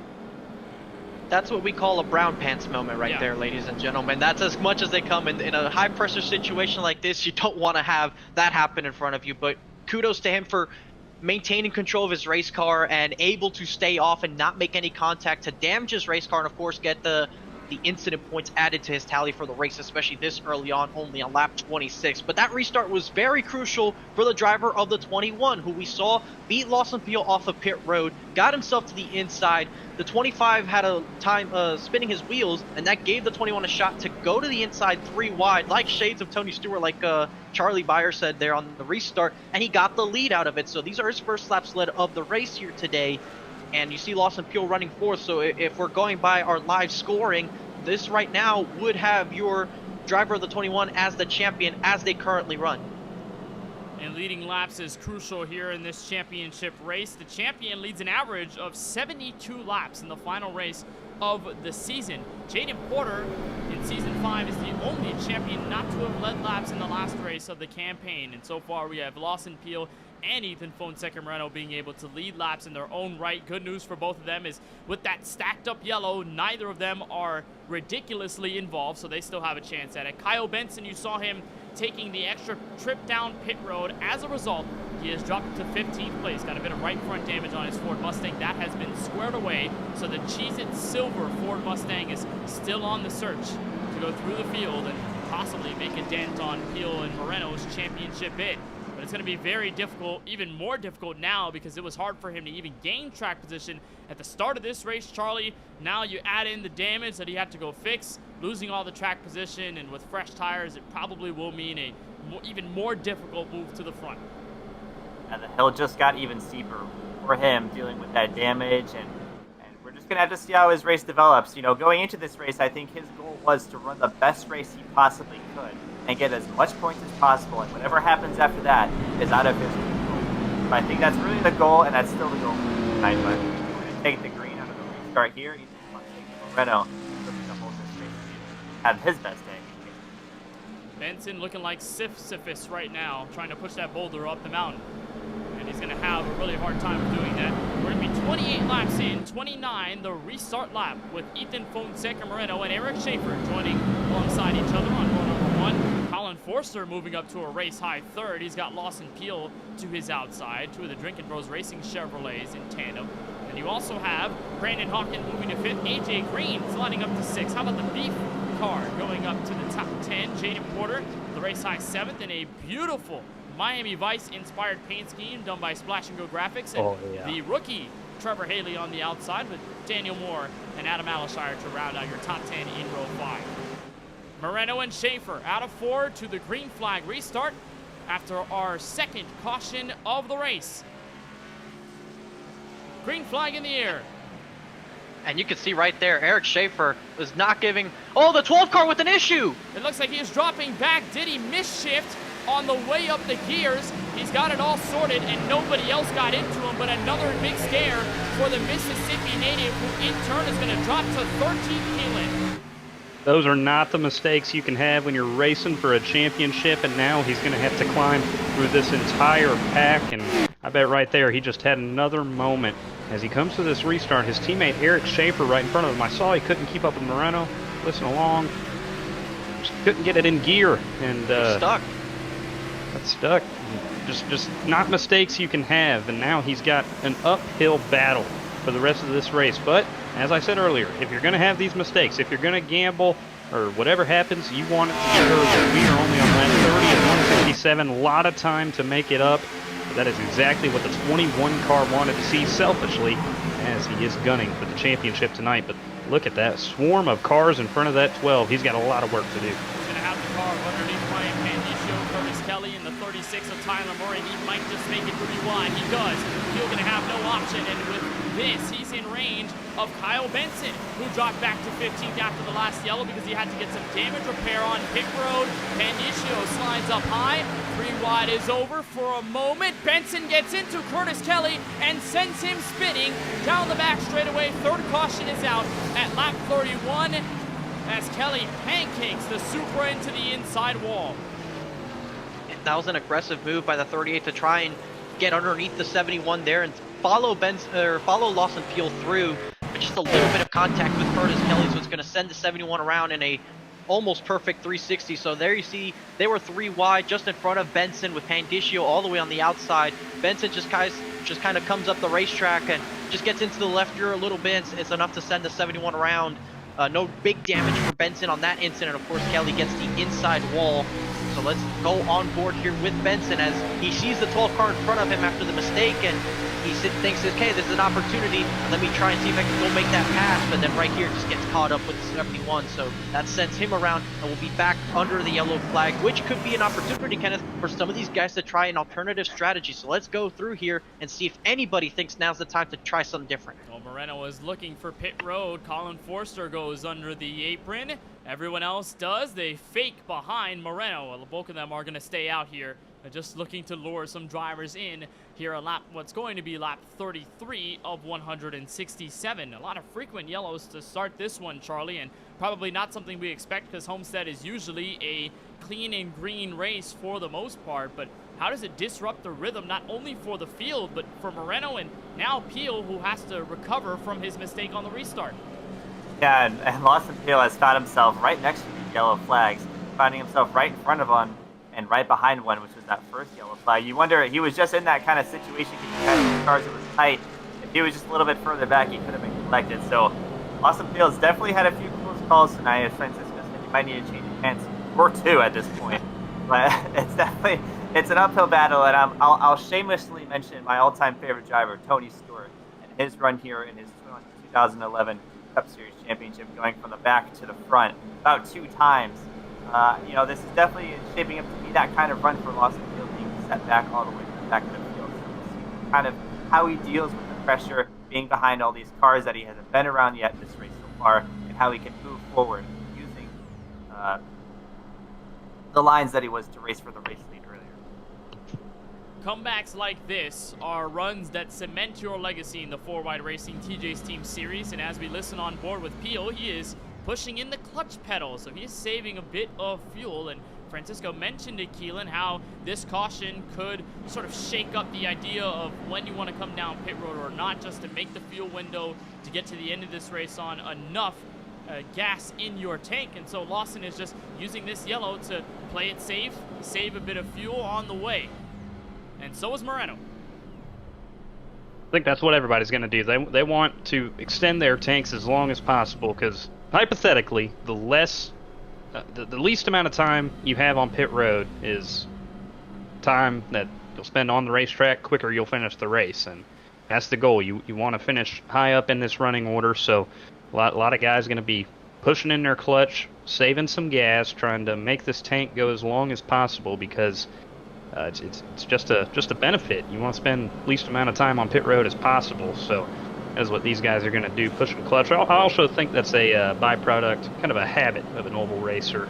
When you run these longer racers, it's just a bit of a habit. You do push in that clutch, keep as much fuel in the tank as you can, make these tires, make this tank last long as possible, and I'm telling you, just a habit, but it definitely helps out. I agree with Keelan. Yeah. To send a special reference out there, it's saving some gas, hashtag saving some gas. I know that guy. I do agree with Keelan on that idea, though. It's very much a habit on oval racetracks. Caution comes out, first thing you do is put the clutch in, and you stay in fourth gear all the way through the caution cycle up until the restart zone. So it's not something we don't normally see, but it certainly helps out. I mean, it makes sense. You're just going slow around the racetrack, you're stuck behind the pace car. May as well save as much fuel as you can. You might not do it intentionally for some sort of strategy. I'm not sure if these guys already have in mind how many pit stops they'll have between now and 167, but it definitely keeps certain doors open as you go through the race in certain situations. So you don't want to close those doors for yourself by just revving it in 8,000 RPM all the way through the caution period, because that really adds up once the green flag gets settled back out. So we'll see what the 21 does on this restart. He's going to have some help from Colin Forrester, last season's winner, and AJ Green on the inside. Brandon Hawkins has moved his way up into the 4th spot. Trevor Haley's up into 6th, Kenneth, and we'll see what Lawson Peele does deep in this field. He'll have to make a couple of passes to get back up to where he wants to be, so we'll just have to see how patient he is in this traffic. Lawson Peele back in 11th, Kyle Benson back in 13th. Moreno, your race leader, with a chance to change hands in the championship with a pace car down. Moreno up and away, green flag back in the air as Eric Schaefer falls back to the outside lane. Stonks Motorsports occupying 2 cars on the inside. Colin Forrester looking to the inside of Brandon Hawkins. That will be the bout for 3rd place, the best ever start here, Charlie, for Moreno. He's going to be able to get to the front by a good margin as everybody else fans out of turn 2. Out to a comfortable, having a bit of a buffer over second place is what Moreno needs for a good mindset, and to even better his mindset, knowing that Lawson Peele is back in the field battling other cars. So I think Ethan's pretty happy with this situation right now, currently having lead with his currently. I think he's in a good spot right now. He's got to be pretty a long way to go. Side-by-side battle as Hawkins continues to fall through the top 5. A really striking start for the Canadian, and now AJ Green, the North Carolina native, sliding underneath. Trevor Haley and Adam Alshire go door to door. Trevor Haley, the Indiana driver, fresh off of his best ever finish in the 4Wide Racing TJ's Team Series with a top 3 run at Phoenix Raceway. He was one of those 7 cars that were left on the lead lap after a Goodwood caution came out in Avondale, Arizona, doing a nice job of sliding his way through the top 10. And you look at several cars back, and that's where you will find Lawson Peele and Kyle Benson, Keelan Belshaw, who have in terms of work they need to do to get to the front. Benson will follow closely on this 12 car, and surely he's not going to make it easy, but Peele has to experiment. He goes up high to get by Daniel Moore, who's running 9th. Peele knows he has speed in that 12 car as he ran up front early, led a couple laps early. It's just that unfortunate restart that has put him back in this hole. But, like we said earlier, a lot of time to go and a lot of time to negotiate around these guys in the top 10. You don't want to try to burn through this field, burn your tires up, and then sink back right where you are at the end of this run. So if I'm Peele, I'm being patient. I know there's a lot of time left, and Benson right behind him. Hopefully got that car all fixed up, not too much damage, but it's kind of been all over the place today, that 38. He's been all over the place, like I just said, so he's going to try to go up front with Peele. Pass So to just be as aggressive as possible here in the opening laps after the restart. I mean, it's certainly the easiest chance to be able to make up positions. If you want to take that opportunity while you can and make up those spots, but once you're settled in, you have to take them as they come, or run a line that kind of helps, and then if a position opens up, you have to take advantage when you can. And right there, in the space of 2 laps, he passed the 2 cars he was battling with last season for the championship. Kyle Benson and Jaden Porter, but this is now 8 as he's running. If he can move his way up to the 21, Ethan Fonseca, who's still running the bottom, and I will say crucially compared to Eric Schaefer and Colin Forster, that outside, especially this end of the racetrack, can be faster, but by staying on the bottom, the 21 will serve his tires just that little bit more for when we get deep into this run. He remains down low, sort of surprising to see Eric Schaefer run as high as he is, because he was pretty faithful to running that white line down there, and some of the other big tracks, Eric Schaefer is always known to be the first driver to take the bottom of the racetrack. In the middle or higher lanes, just because he knows he can save more down low, but Schaefer's willing to gamble by running the outside wall, wants to build a run out of 2 in order to get to the back bumper. This time he's going to have the run here. Pretty decent run. There goes Schaefer. Instead pushes Moreno, Charlie, into the corner. Not gonna mess around with trying to pass a championship driver right now. We mentioned earlier on the broadcast, if you're a non-championship driver, you're just gonna go out and do the best you can and treat this like a normal race. But it looks like the 4 isn't, but much like what we're seeing up front actually with the number 3, and try to go to the outside. But drivers, non-playoff drivers, exercise a little bit of caution.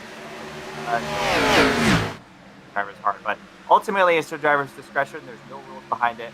We'll see what each driver does.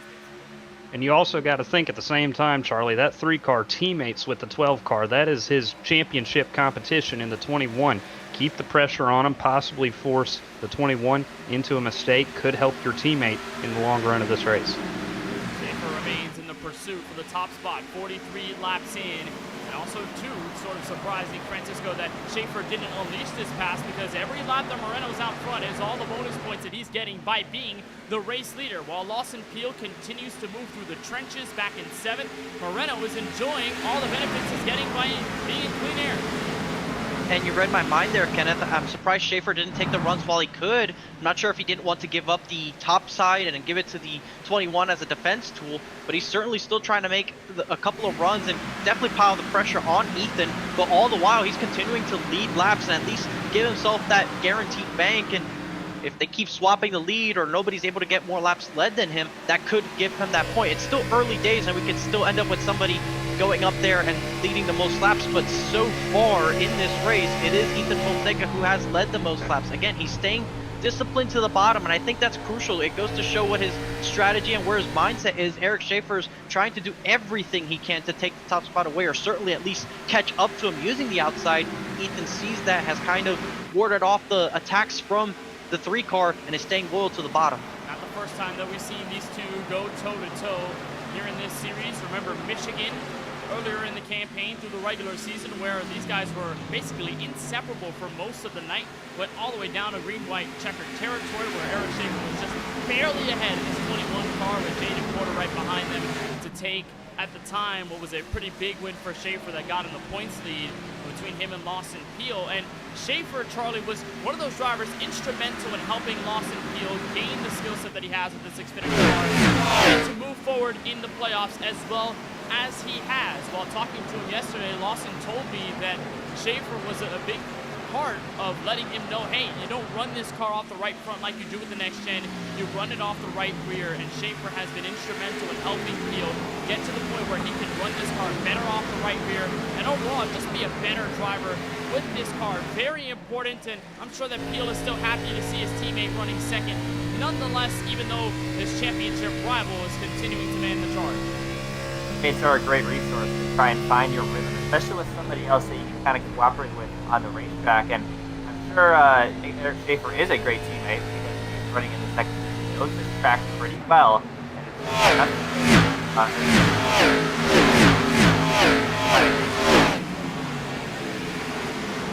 See, going into turn 3, there's Kyle Benson with AJ Green and Brandon Hawken ahead, but here we are with Lawson Peele continuing to go through his traffic, and we're at that point of the race, Kenneth. We talked about it before the green flag.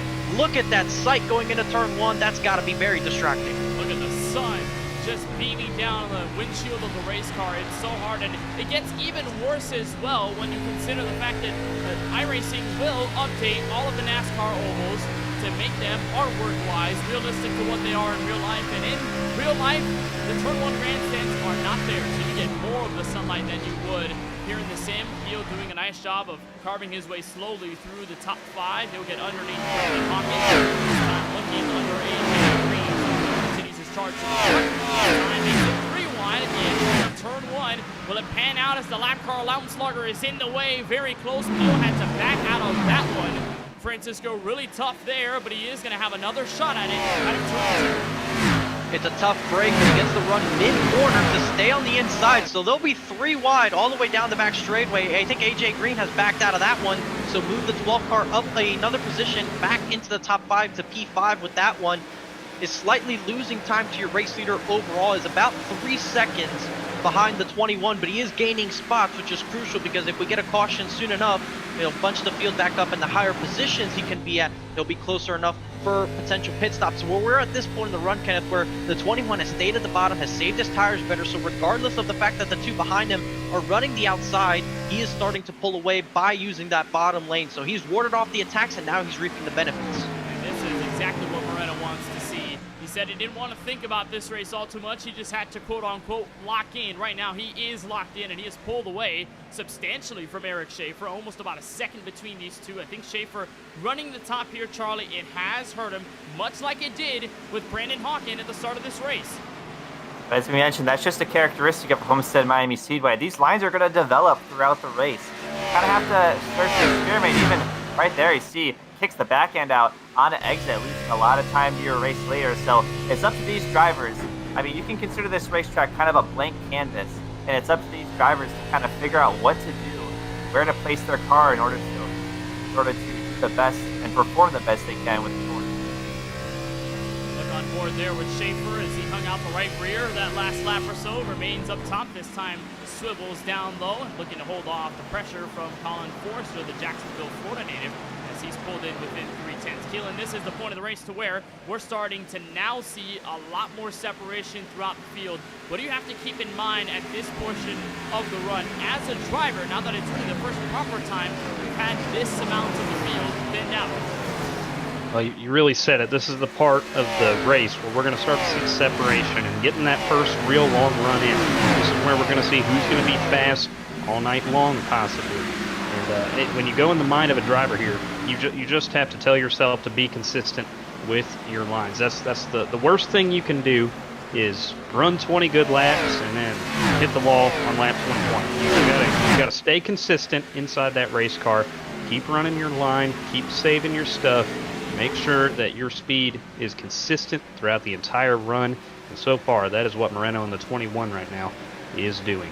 One healthy gap between Moreno, 1.4 seconds ahead of Eric Schaefer and the rest of the field. 55 laps in here at Homestead-Miami Speedway. We're getting close to our first round of potential green flag pit stops.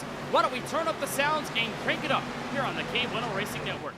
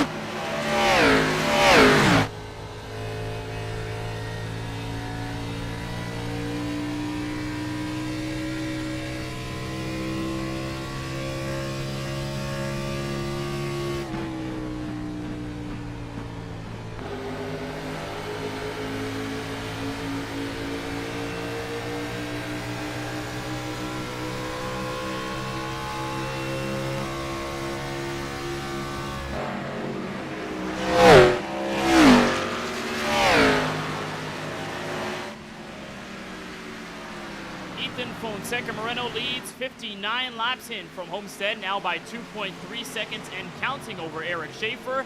Biggest thing to note, Francisco Lawson Peele, the teammate of Schaefer, has slowly moved up to 3rd place. Yeah, he's had a lot of long run speed here. He's showing it. We saw it in seasons past where he's been able to move up as well. So right now he is chasing down his teammate for the 2nd spot, and I don't expect a huge battle to go on there. Certainly when the 12 car gets up to the back of the 3, you would think the 3 car might give it to him on corner entry, but they're all losing time to Ethan Fonseca, who's really shown out on the long run pace here today.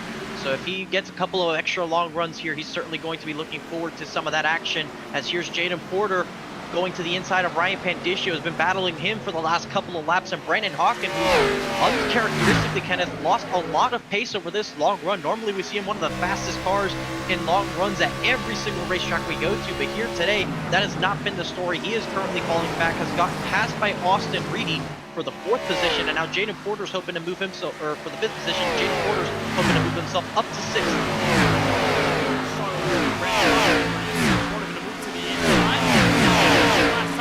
Homestead-Miami looking to replicate the championship run with a pretty decent finish. He is still mathematically eligible for the championship tonight, but it is Pascalana, the Kentucky native. Battle for 2nd on the way here, Keelan. At this point of the run, Peele moves to the inside of Schaefer, and now 2.8 seconds separate your top 2 in the championship. Peele has slowly and methodically clawed his way through the field, and now he's trying to run down that 21, his championship competition, as Moreno continues to tick off laps. And those bonus points for leading the most laps in today's race, that is something Peele is trying to prevent, so I wouldn't be surprised towards the tail end of this fuel run if he tries pushing it a little bit, try to get around Moreno and take that lead back away from him as they get off pit road, because if he can get in the lead on this pit cycle and tick off some laps led for himself, it would be huge for him as Moreno comes around to lead his 37th of the race. It's going to be very pivotal as Peele really has not been able to be up front for as long as the Californian has. And Charlie, what's going to be interesting about this run is we are getting right into the territory of green flag pit stops. Crossing the line, these guys just went over 40 laps on their stint, 41 to be exact. Now you have a pretty sizable gap between Moreno and Peele. How differently do you play the green flag pit stop strategy? Well, there's a lot of strategies that come with green flag pit stops. There's a short pitting strategy that Lawson Peele could attempt, but with just over 100 laps to go in this race, you could kind of place yourself on a little bit different of a strategy to try to undercut your race leader, Ethan. Have to see how Lawson kind of attacks these green flag pit stops and how it's going to develop throughout the race. But just under 100 laps to go, assuming that this is going to go green, as it's set it out a little bit, we can see kind of a displacement on strategy. Look on board from the 12 of Peele, who's had an average finish of 2.5 here at the Homestead-Miami Speedway, including a win, like you saw back in our video that showed us the previous races here at this very speedway. Season 4 Dash for Cash finale winner here at Homestead, and then finished inside the top 5, just behind Jaden Porter, who was the eventual series champion. And you're watching Peele go to the very outside, something that's a little more uncharacteristic of Peele, especially as we move forward through this run. You'd expect that he would chase towards the bottom of the racetrack to get more of the advantage on Moreno, but seems to be running up high, and it sort of seems to be working. He was faster that last time by at least 21 thousandths of a second. And as they cross the line for what's going to be lap number 44 on their stint here, is really where Francisco, they're going to start to ponder when they are going to come down pit road and who's going to be the first to take the call. It might be someone in the top 10, but we'll keep an eye on Peele and Moreno as they might try to over and undercut each other. You know, I've got to say it because it happens in real life just about every year. It's not surprising that our 2 main championship protagonists that we've been hyping up all playoffs long in this championship finale, where it's down to the bitter teeth of it all, are now the 2 fastest cars on the racetrack by a long shot and pulling away from the field running 1-2. You're right, and it's by a tenth or more. Peele ripping the boards and finding the wheel in the race car. Just so fun to see how these guys, Charlie, step up in times of need. It's been so much fun to see how all of these drivers have been able to get their mentals ready for this championship, and in turn, what they're doing on the track, showing that the cream will always rise to the top. Battle for fourth, Kyle Benson in the bouts with Colin Forrester for fourth place. And James Porter right behind. Going off of what you said before, Kenneth, I think it's almost sad that this season coming to an end with a spectacular championship battle. I know we're going to crown a winner tonight, but I do think that the real winner, bit of a contact with the wall for the 99 there. Yeah, got to have a bit of a battle, got to beat your teammate of you're almost 3 wide looking for the spot. Here comes the 25, poking his nose under. Beautiful run, and there's Porter sliding up in front of Colin Forrester. Got really close to the exit of turn 2 and the run to the back straightaway in turn 3. Michel gonna find his way down there. Porter's got the momentum. Kyle Benson gonna be able to clear above all. That's very important for Benson, the highest we've seen this 38 car run all night long. Keelan, this is important for him. Obviously, he's gonna lose points to Moreno, who's led the most laps tonight as we cross the line for lap number 69, but this is a nice recovery for the 38 up until this point. Yeah, great recovery drive so far for Benson, and that's just what he has to do. He has to drive his race, let the chips fall where they may, as he has completely climbed his way through the field. And see the scribble of cars all over each other. They are racing hard right here, but Benson really putting it together. And as you see the 3-car Schaefer, he's hitting pit road. He may be our first taker. Lawson Peele's in as well. So does Lawson. Forrester almost cooks it on the entry to pit road. And this is exactly what I was talking about, Francisco, the under and overcut strategies. It appears that as far as you are behind the race leader, if you're Lawson Peele, this is the clear-cut consensus call. Come in earlier than Moreno, and he overshoots his pit box. That is a huge mistake by Lawson Peele. Well, fortunately, is able to back it up, but that's going to cost him some time. Had to really get it woed up there, and now he's probably going to exit with Schaefer. And here's a critical situation right here. The 21 with a nice and easy entry had the big lead, and now with the mistake by Lawson Peele, as long as he gets in and out safely, should get a bigger lead than he did, even with the undercut strategy by Lawson Peele, just because of that mistake. Daniel Michel is going to take over the race lead as a result of Moreno coming in. And here he is on pit lane. Kyle Benson has joined him. Benson has overshot his pit box as well. He had to put the car in reverse to get the jacks up from the right side. Moreno is out and away. He will fall at least a lap down, back in 11th. And now we watch to where Lawson Peele comes out in the midst of all this. There's Benson kicking it into first gear. He's up and away. Ryan Pandicio also there as well. The pass here into turn 1 potentially. Moreno is just getting to the merge line on the back straightaway. And there's Peele. Charlie not too far behind. Far behind. And what's interesting about pitting on lap number 72 here is that these drivers went about 45 to about 50 trying to use their laps on their tires before making this pit stop.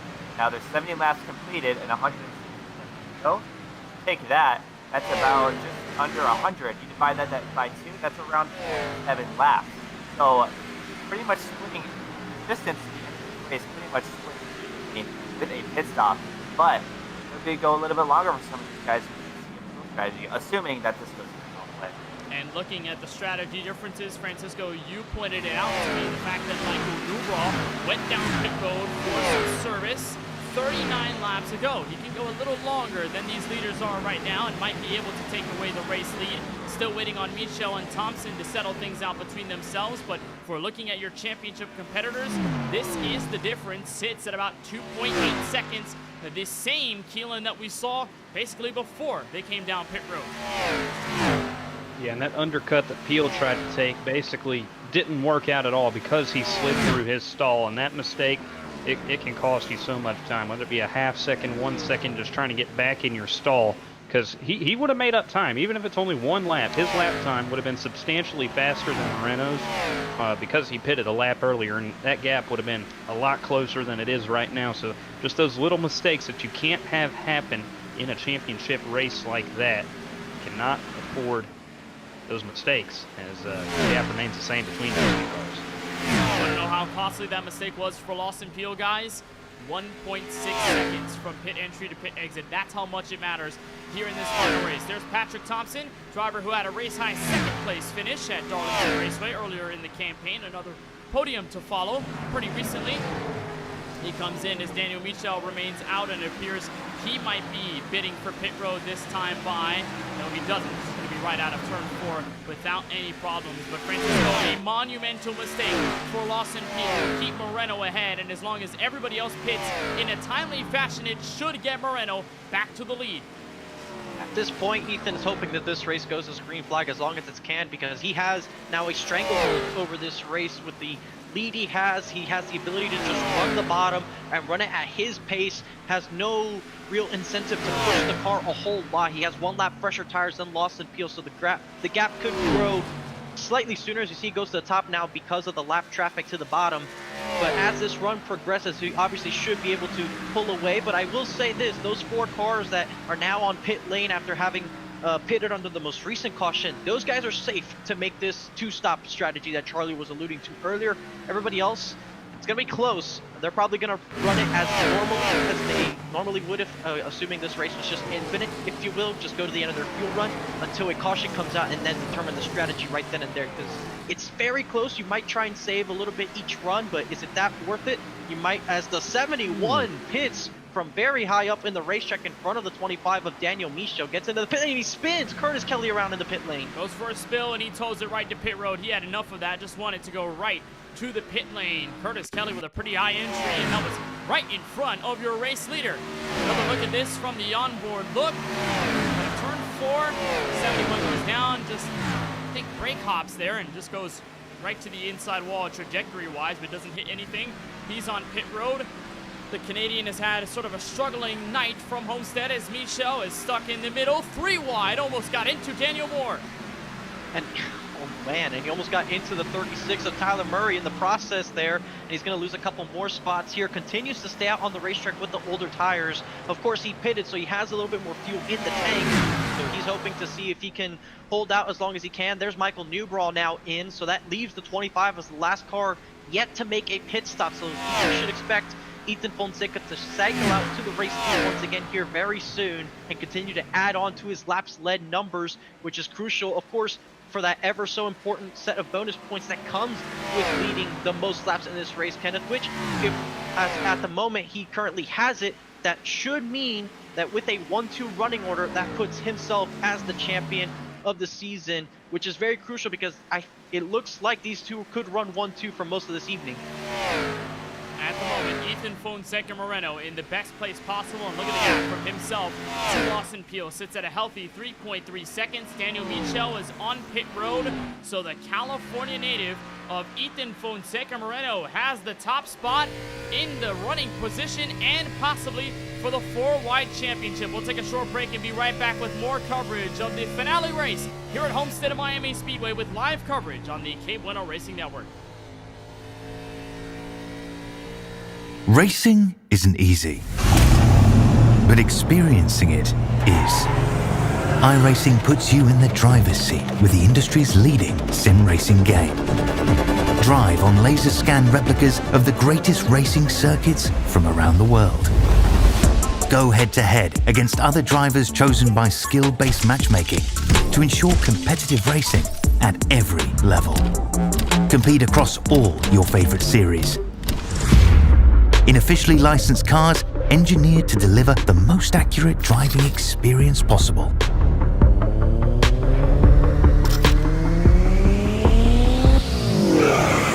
Join a race or host your own with players from across the globe. Race against the computer or in a league with friends. Feel the thrill behind the wheel. Visit iRacing.com.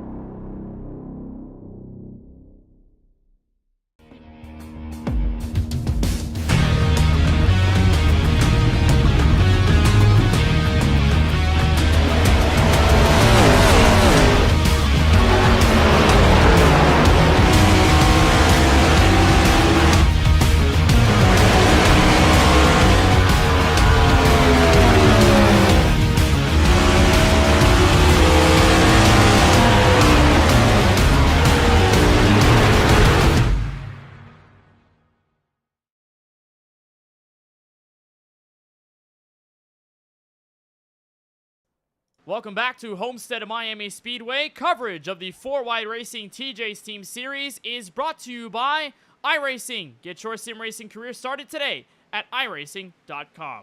By TJ's Team. To learn more about the Foundation's mission to end pediatric cancer, go to wearmorethan.cape.org. And by Paul's Setup Shop. Beautiful looks at Homestead-Miami Speedway as we are 85 laps into our 167 lap race from South Florida in our championship event, where Ethan Fonseca Moreno holds on to the lead by 3.8 seconds over Lawson Peele. Eric Schaefer back in third, Colin Forster in fourth, Kyle Benson to round out your top five. Really dominant stretch by the 21 car, who at the moment, Francisco, has the championship lead based on all that's occurred, and as it sits almost 4 seconds between these two, it appears as it continues through halfway, Moreno has the upper hand. He does, and he has done an excellent job of trying to accrue as many bonus points as he possibly can in this current moment in time. So as it stands right now, he holds the fastest lap of the race. That could change between now and the checkered flag. He's obviously led a lap, so is him and Peele, but crucially, it does look like the 21, if this stays as is, will clinch the most laps led in this race, which is just another bonus point, or another 2 bonus points for himself. And of course, both him and Lawson Peele have had clean races so far, so 0x bonuses applied to both of them in that situation. So if they continue to run 1 and 2 in this race as it stands, it is 6 points the advantage for Ethan Fonseca Moreno over Lawson Peele, with them running first and second. And there they are, the difference in lap time. Peele at least off by a 10th from Moreno's lap time. Of course, the lap cars playing a difference in all of this. Third place is Drinkin' Bros Racing's Eric Schaefer. You've got a duo of non-playoff competitors. Schaefer and Forster going at it for the position right now, as Kyle Benson sits behind these two looking for a top 5 run, and he's in a battle of his own with Brandon Banks in the 54. Charlie, you've been looking at the fastest laps throughout the race, and you've been sort of calculating how these drivers have gotten fresh off of the green flag pit stop strategy. What have you noticed the most throughout our first stretch down pit road? Fastest lap was held to start this race by your pole sitter Alam Alishire, but as that green flag pit stop happened, he got a lot of tires, and now that goes to Moreno by about, I'd say, 20 hundredths of a second over Lawson Peele. That's the gap between those two fastest laps. Now, that bonus point can be taken away at any time by anyone throughout the field. That's why it's kind of more of a wild card in determining the championship points. However, Fonseca Moreno has that currently, and looks to keep it throughout the night. Benson under fire from Banks, one of the more consistent drivers in the series, and probably a new situation for the Reese's Chevrolet Keelan, because we see him so often in Championship 5 rounds when we had our playoff elimination style format, but now we don't. We just have straight up points, and while Banks did make the playoffs, he is back in 6th place, 75 points off of Lawson Peele going into tonight. So surely a new perspective for Banks, but nonetheless as consistent as ever at the 1.5 miles, and a beautiful paint scheme to go along with it. Yeah, just mathematically out of this equation, but that doesn't show how good he's been this season in that 54 machine. He's always a great driver in this series, and like you said, Championship 5 contender several times throughout his career, just outside of it today, but so far putting together an admirable run in that 54 machine, jiggling through the field up on the top. Watch Daniel Michel back in 13th. This is the fight for 12th on board with Trevor Haley in 11th. It looks like Green just tagged the outside on the way through as Michel. He was one of the later tankers onto pit road. Look on board with the Ford Mustang of Haley for a moment, while Michel has at least 9-lap earlier tires, sends it in the middle of 3 and 4. A huge lunge down there. That was a big dive on Trevor Haley to try and get that spot. Of course, Daniel Michel was one of the guys who is on the alternate strategy after pitting on the most recent caution, has slightly better tires, staying out on that run just that little bit longer than everybody else. And now he's trying to see if he can put that to some good use for himself and his race. See right there as he works his way down the back straightaway. The lights are fully on at this point. We should be in full darkness here in just a couple of minutes time, but you see Brandon Hawken trying to battle Brian Pandiccio for the 8th spot. Hawken has not had the night he's wanted. Started off strong, led the first couple laps in this race, but ever since then has really fallen through this field. So it's been an uncharacteristic evening for the 98 of Brandon Hawken. And you see now gets passed by the 93, and now Patrick Thompson is looking to have a bite of the cherry on the inside.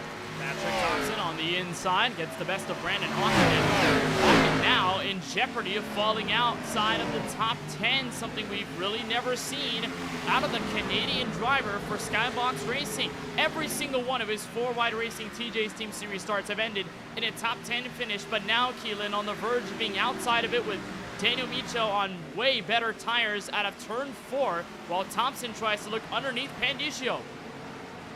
Cars all over the place here, and the tire strategies are coming to fruition here for some of these guys who wanted to run it long out there, and that's what they're doing. You see these cars slipping and sliding off the corner. That's what makes this track such a wild card and so fun to watch. These guys are going to be all over the place, top to bottom on the racetrack, slipping and sliding, doing whatever they can to negotiate their way through the field and keep the speed in their race cars, get the best finish they can.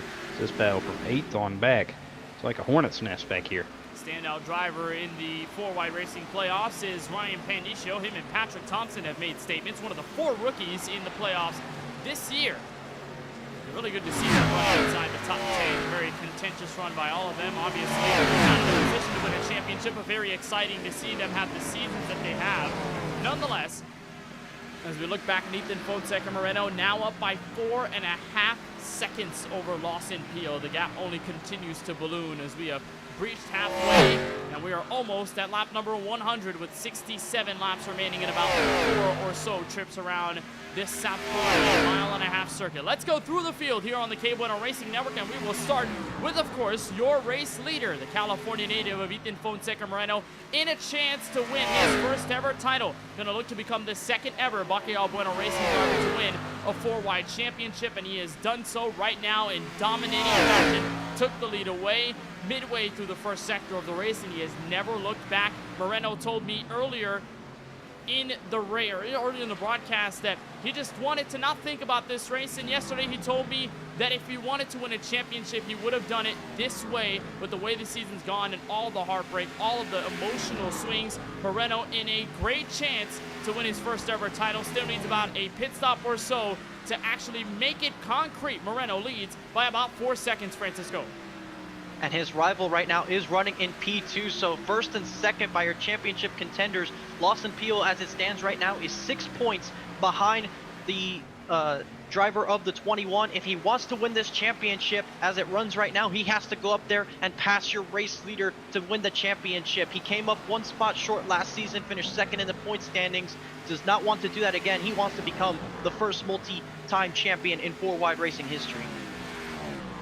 Back in third is the DBR teammate of Lawson Peele, and Aaron Schaefer has only led 3 laps and is one of the better drivers on the long runs. He's been ripping the top, the bottom, everything in between. Schaefer just looking to close out what's been a pretty successful 4-wide racing TJ's Team Series season. He was one of those guys that was really hyped when Tyler Murray and league owners announced that the series would move to Xfinity Series cars.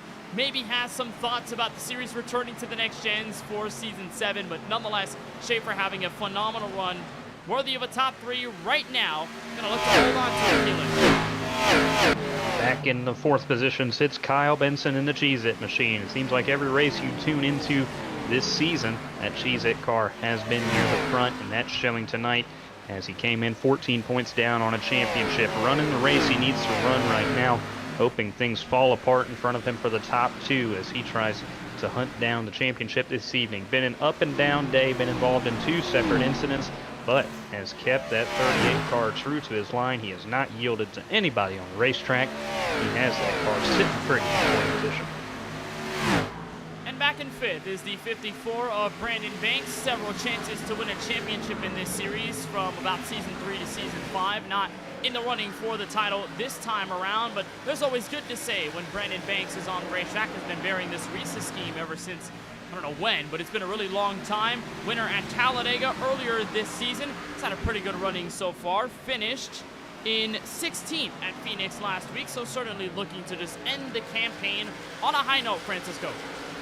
And Jaden Porter, who ended the campaign last season on a high note here at this racetrack, being the defending champion of the series, is coming away, trying to see if he can get a top 5 finish. I think with all the bonus points your top 2 have gotten, it might be out of the question with the 28 and his shot at the championship, especially when you consider the amount of cars out of this race. So the 28 of Porter, though mathematically has been eliminated from contention as this race has moved on into its second half, he's still trying to see if he can end the season on a high note, maybe capture a second win on the season. You look back at the position behind Banks, and you'll find the driver who's led 12 laps tonight, the 25 of Danny Ricciel, winner at Road America last season in a fight with Lawson Peele. One of those Drinking Bros Racing drivers that is still looking to sort of stand out amongst the field. Had a 7th place finish last week at Phoenix, although he was involved in a crash. He was basically the last car on the lead lap. Near the end of the race, his best finish of the campaign was 3rd at the Tricky Triangle in Pocono, and then had a 2nd place finish the season opener at Auto Club. So Danny Ricciel certainly one to watch for at these mile and a half. So 103 laps in.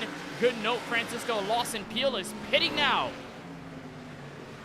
And this time you see doesn't overshoot his stall. He definitely didn't want to make that mistake again. And he was about 4.5, 5 seconds away from your race leader. So let's see what Ethan Fonseca does now. That's going to be the interesting strategy. Yes, he's been dominating the race, and it looks like he will match the 12-car strategy. He'll bring it down pit road himself. Both of these guys have 1 pit stop left in this race. So I think they're, instead of trying to get the end of the fuel run, Kenneth, they're trying to split this run up into about an equal 30 to 35 laps, which isn't a bad strategy. They can certainly use fresh tires and the gap that they existingly had to try and get back out and stay on the lead lap, which it looks like Lawson Peele did for that matter. So Lawson Peele exited, stays in front of Schaefer to stay on the lead lap. So I think when the 21 exits, which he's doing so now, he'll not only keep the position on Lawson Peele, but they'll stay on the lead lap. So they're protected against a caution flag, and they can go and start to build a gap on the rest of the field with these fresher tires now. And good news, Francisco, as well.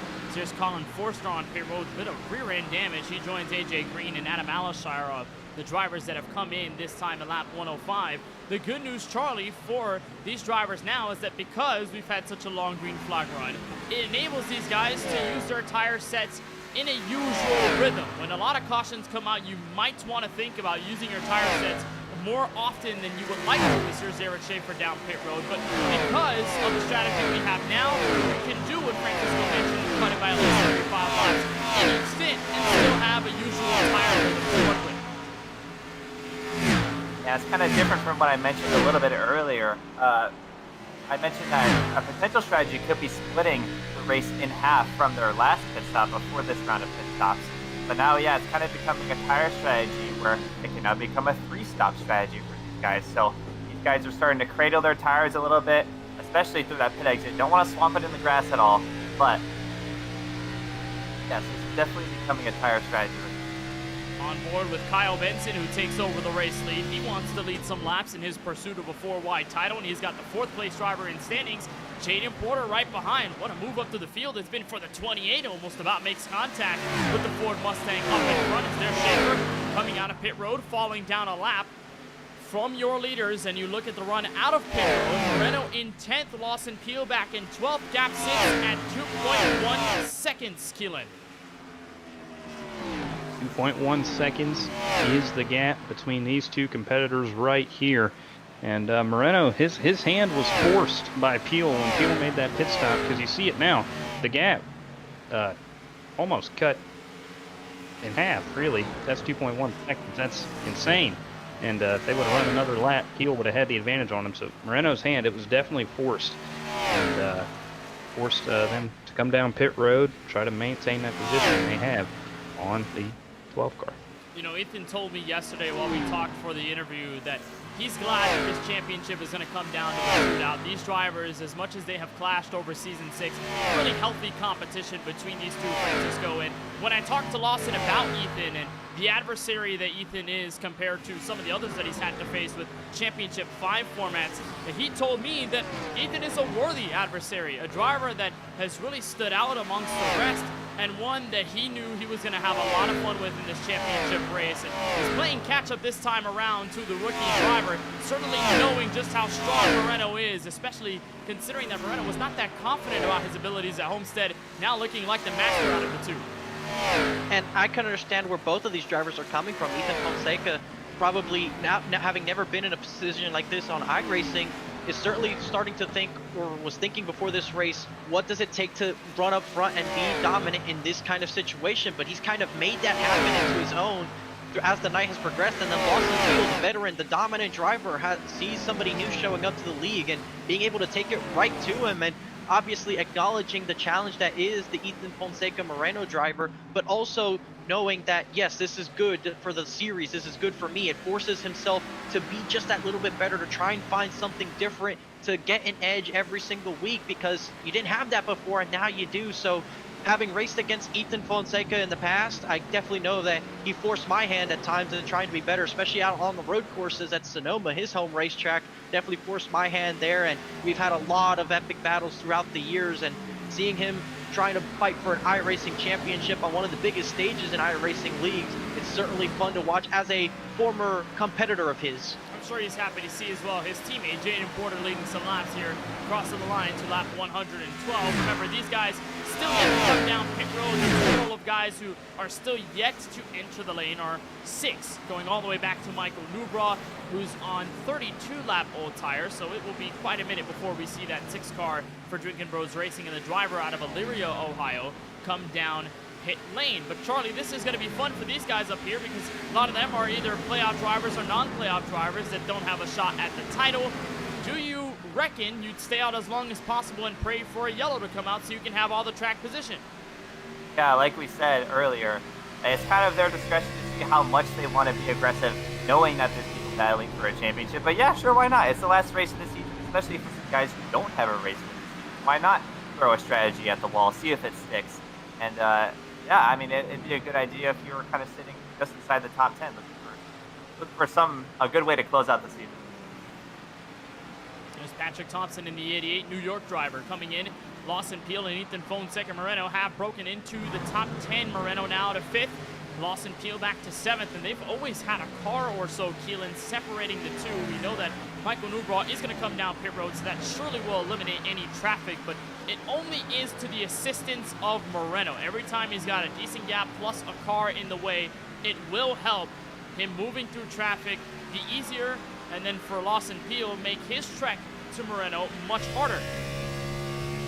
Yeah, Moreno just doing everything right now, getting through the lap traffic. He's kind of had to get through, of course, that was for position, but the tire difference, as Peele has only slipped away from Moreno. He wants if I'm Peele at least, I'm wanting a caution real bad. I want to reset this, get on the same strategy as Moreno, get on the same corner as him, because right now that gap is too far, too gone right now to really do anything with. But this is the championship drive that Moreno needs. He said he was glad it came down to a shootout. A guy who has been trying to limit his mistakes as the season comes on is Moreno in that 21, and he has done a good job at limiting the mistakes today as the race leader Jaden Porter hits pit road. Porter up and away. His stop clocking in at about 14.3 seconds. He'll fall just outside the top 10, and it will hand the lead over to the Los Angeles driver of Daniel Michel. Brandon Hawken back in 2nd. Ethan Fonseca Moreno to 3rd. Lawson Peele back in 4th. The championship fight is still well and alive. Here 116 laps in. We'll take another short break and be right back with more coverage of the 4Wide Racing TJ's Team Series finale from the Homestead-Miami Speedway.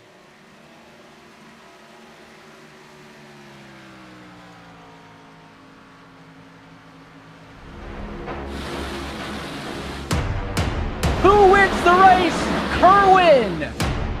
It is Femi Olat, the sophomore!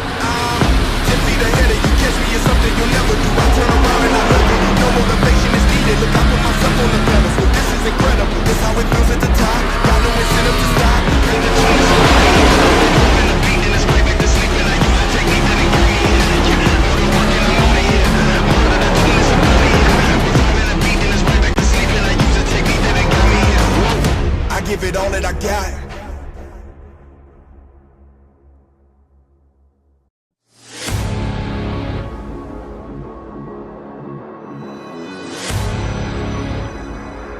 Wanted the best, you got him for abreast.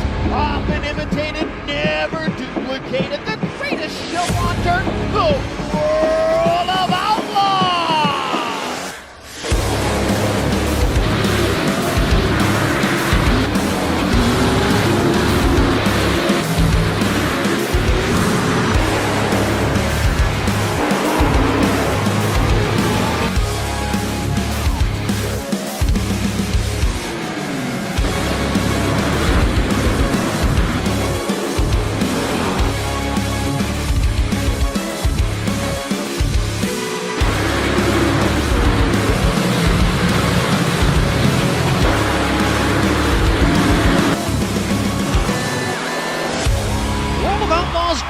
Racing will be available September 27th.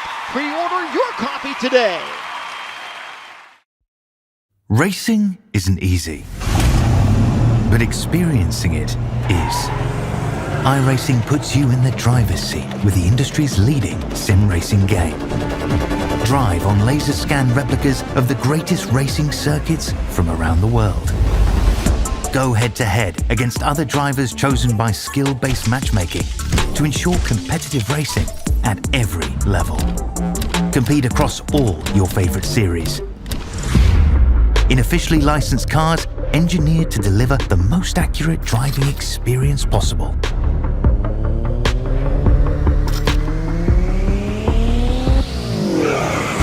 Join a race or host your own with players from across the globe. Race against the computer or in a league with friends. Feel the thrill behind the wheel. Visit iRacing.com.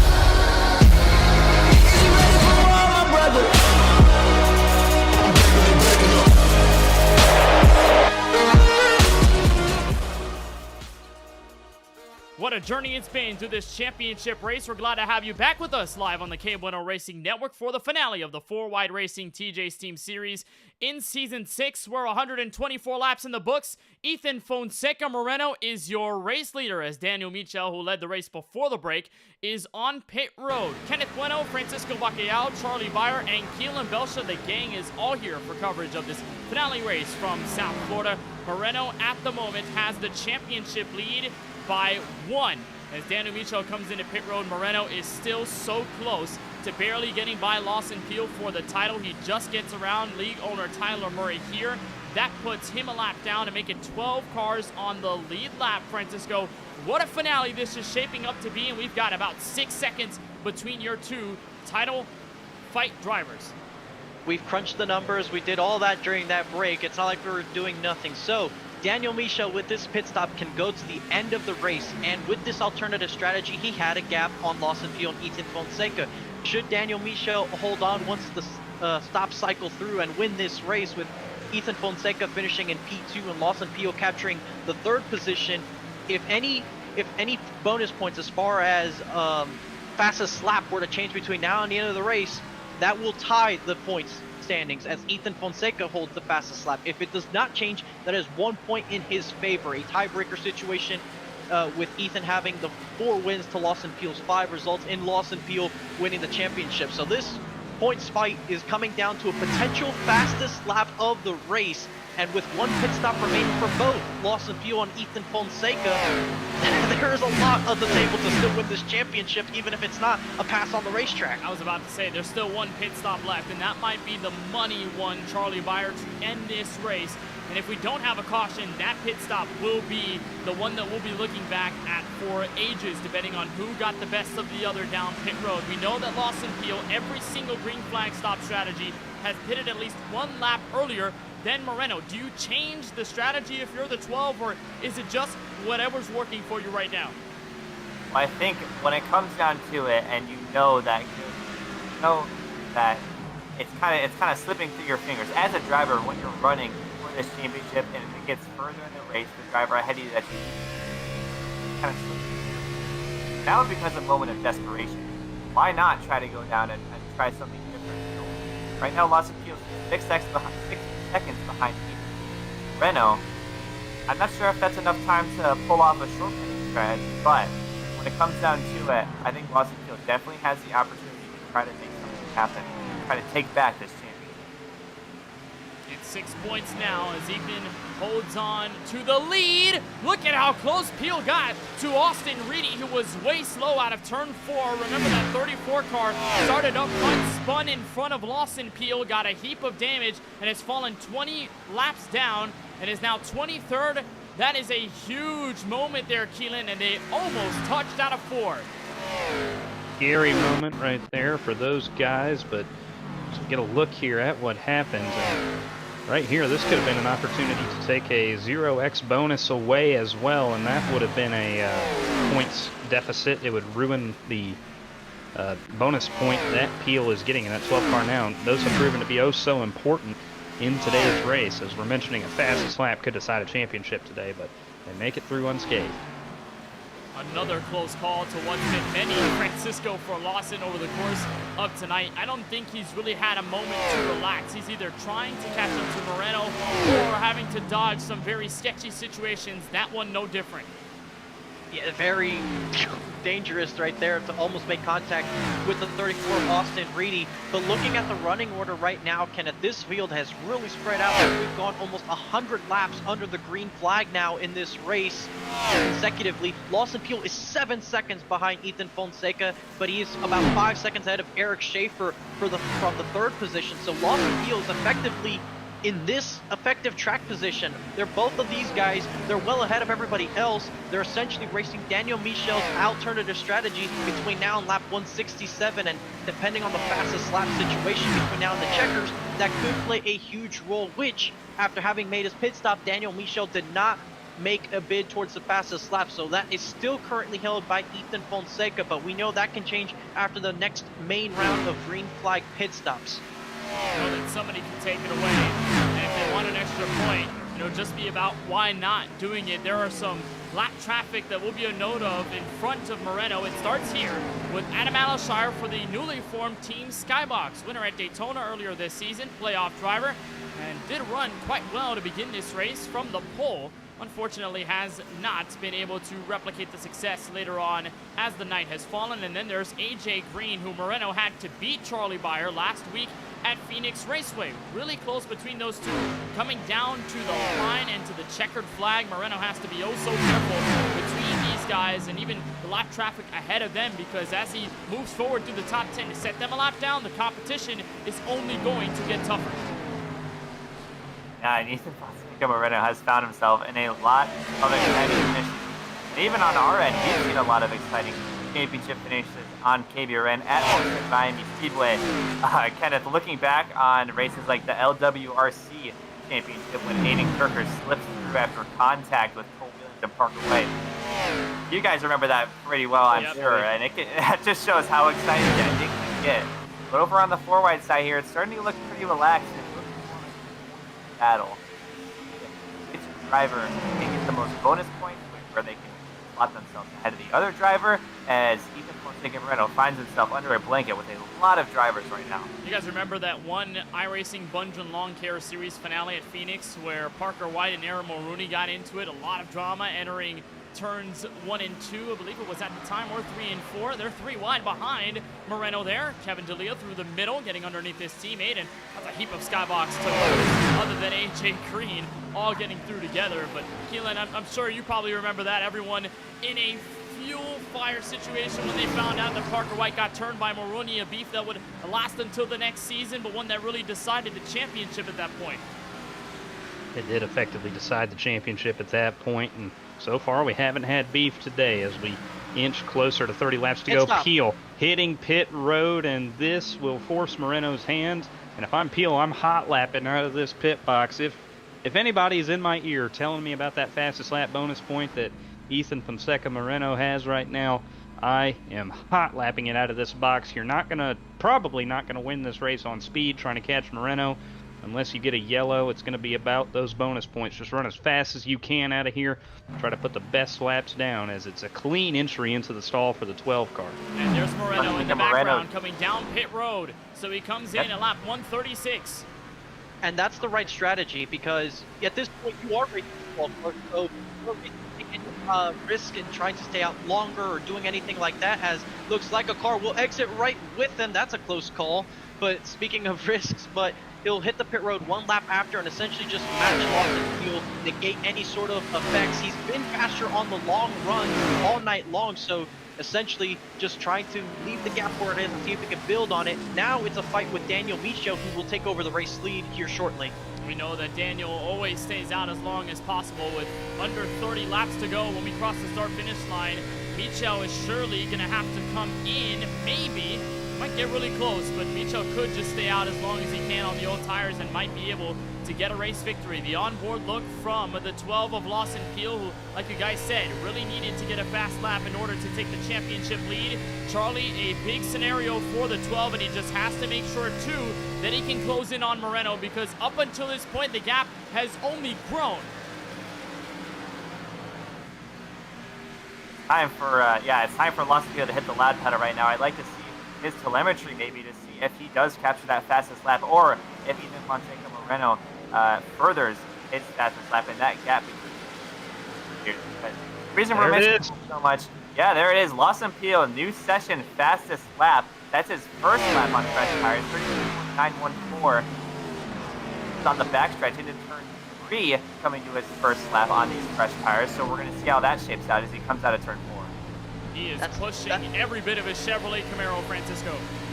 That is 0.03 of a second faster than Ethan Fonseca. Does Fonseca prove? No improvement out of the 21. So 0.03 of a second right now. Give Lawson Peele the bonus point. That's a 2-point swing since Ethan Fonseca had the position, or the fastest lap point, over Lawson Peele, with Ethan losing one and now Lawson gaining that position. When this cycles out, if they're still running second and third, I believe that'll hand Lawson Peele a tie in the championship lead. It'll be really close. Moreno is going to possibly slide through to fourth as he is catching up to Brandon Hawken. But I think, in a way, Keelan, as long as Brandon is able, or rather, as long as Ethan is able to stay ahead of Lawson, lap. It might just be a good scenario for him. And new fastest lap, 32.84, a heater for Moreno. That heating lap, and that gives him the championship point, and that gives him the point back. We're going to see how Lawson Peele can respond to this. Yeah, it's going to be tough for him. You almost get a little bit of contact getting in that 3-wide situation. And as these tires start to age, we know that it slows down so that opportunity to play. But the fastest lap drivers is now almost 8 tenths of a second. And that's going to be the difference for the championship. Yeah, these guys trading that fastest lap is the difference right now, because if Michel's strategy pans out, they finish second and third in this race, that fastest lap bonus point is going to be what determines the championship this evening. As it stands, it would be 42 race points for Moreno, and total all of his bonus points plus the fastest lap. He has 2,395 points, and Lawson Peele 2,394. That's how it stands right now. So that's how close it is coming down right now. So close by fine margins. And what's going to be even worse here, Francisco, is that if you're Lawson Peele, you might have just eliminated your window of stealing the fastest lap away from Ethan again. Well, I will say this, though, Kenneth. We still have the rest of the field to cycle through to green flag pit stops. It won't be as drastic of a change if Peele gets it for himself. But if somebody else takes it away from Ethan Fonseca Moreno and they can't catch up to Daniel Micho, that is a tie. Since 1 point separates them now with the way they're running, a 1 point separation would turn into 0, a tie, and Lawson Peele, by having the most wins, would win that tiebreaker. So Ethan Fonseca, even though if he keeps the fastest lap it won't matter, I think he has to consider trying to push as much as he can and catching up to Daniel Micho. He's about 11 seconds back and he's gaining pretty quickly. The question is, does he have the time to catch up to Daniel Micho? He's going to be able to get to second, though. Off of 4 ahead of him is the 63 of Ryan Pandicio. That is the only obstacle left between Moreno and Micho. And as of now, where Micho has run 20 laps in this stint, he can go the next 23 on his set of tires and fuel. He can make it to the checkered flag. So it's going to be all about the tire life between these two drivers and, of course, the random situation that a yellow comes out and changes the entire perspective of this title race. The mountain sits 10.2 seconds tall between Michel and Moreno, and every lap, Moreno is beating him by at least a second or so here, Charlie. It's getting intense here. And for that race leader, I mean, we're just coming over 22 laps to go in this race. It's getting intense, guys, because, I mean, who would imagine that this championship could come down to a deuce in tennis terms, which is a tie between these 2011. Yeah. And if it comes down to a tiebreaker, as of right now, if Michel wins this race, Lawson would be the champion based on wins. He would have 5. Moreno comes into this race with 4. But often, Francisco, we brought up the possibility that if Moreno wins this race and they tie, it would not come down to a tiebreaker of wins because they would both be knotted at 5, and it would come down to average finish, which at the moment, going into this race, Moreno has by 0.1. And how does that change by just 1 position ahead in this race? I'll say that in this particular case, because of the way the race is panned Car out, in the grass, Lance Hill. Lance Hill in the grass, but he does pull it off the racetrack. Smoke coming out of the 1 car. We'll keep it under the green flag. Not sure what happened to the driver of the 1. We'll see if we can find what happened to him. But to finish the point here, Kenneth, I don't think we'll see that situation exactly pan out, as it looks like the 1 car might have blown up as he's riding around the bottom, and higher PM gets on the apron, slides in front of Michael Newbrawl. That was a close call here with 20 laps to go. I have bad memories of blowing up. No. Oh, yeah. Race, so, luckily, it's not one of our championship contenders like the position that I was in. But man, that was. I don't know if you want to talk about that one. Oh man, and then LWRC. Remember that race came down to a single car yellow that happened in no man's land. Oh man, so many memories here at the Homestead-Miami Speedway in the history of the KBueno Racing Network. So many championship memories. And here, officially at 20 laps to go, I think we're in for another classic, as Eric Schaefer now going past Brandon Hawken, who is staying out. He is on old tires as well, but he's been passed by most of the competition, has now fallen back to 5th. Ethan Fonseca and Lawson Peele have filed themselves out to 2nd and 3rd in this race. Continuously to lead the fastest lap of the race is still Ethan Fonseca Moreno. So as it currently stands right now, Ethan Fonseca has 1 point on Lawson Peele if we continue to stay green between now and the checkered flag. And the gap is down to 5.5 seconds between Moreno and Michel. Mind you, the tire difference between these two sits at 13 laps to the benefit of Moreno. So as long as we stay green for the next 18 or so, Moreno will have enough time to catch up to Michel, close in on the gap, and at least pull a little bit of time on the 25 before this is all said and done, which would only further cement him as the 4-wide champion this season. It comes down to Moreno versus Michel for the race lead, and how many times have we seen these two go at it? Well, the answer is once, and it hurt Moreno in that situation. Think back to Sonoma, Charlie, when Moreno was trying to get around the 25 car, who made a really gutsy strategy midway through the race to take over a good position. Then all of a sudden, Peele entered the conversation, and they all got into each other, entering the final corner in turn 11, which sent Moreno spinning and put Peele ahead of not only Ethan at the time, but Michel. So it comes down to a driver who has had some tensions with Moreno in the past to settle the championship. That's what racing comes down to sometimes. Is contact in the latter half of a race will shake up a lot in terms of points and advancement for the championship. That's just how racing goes, and that's certainly what makes it exciting.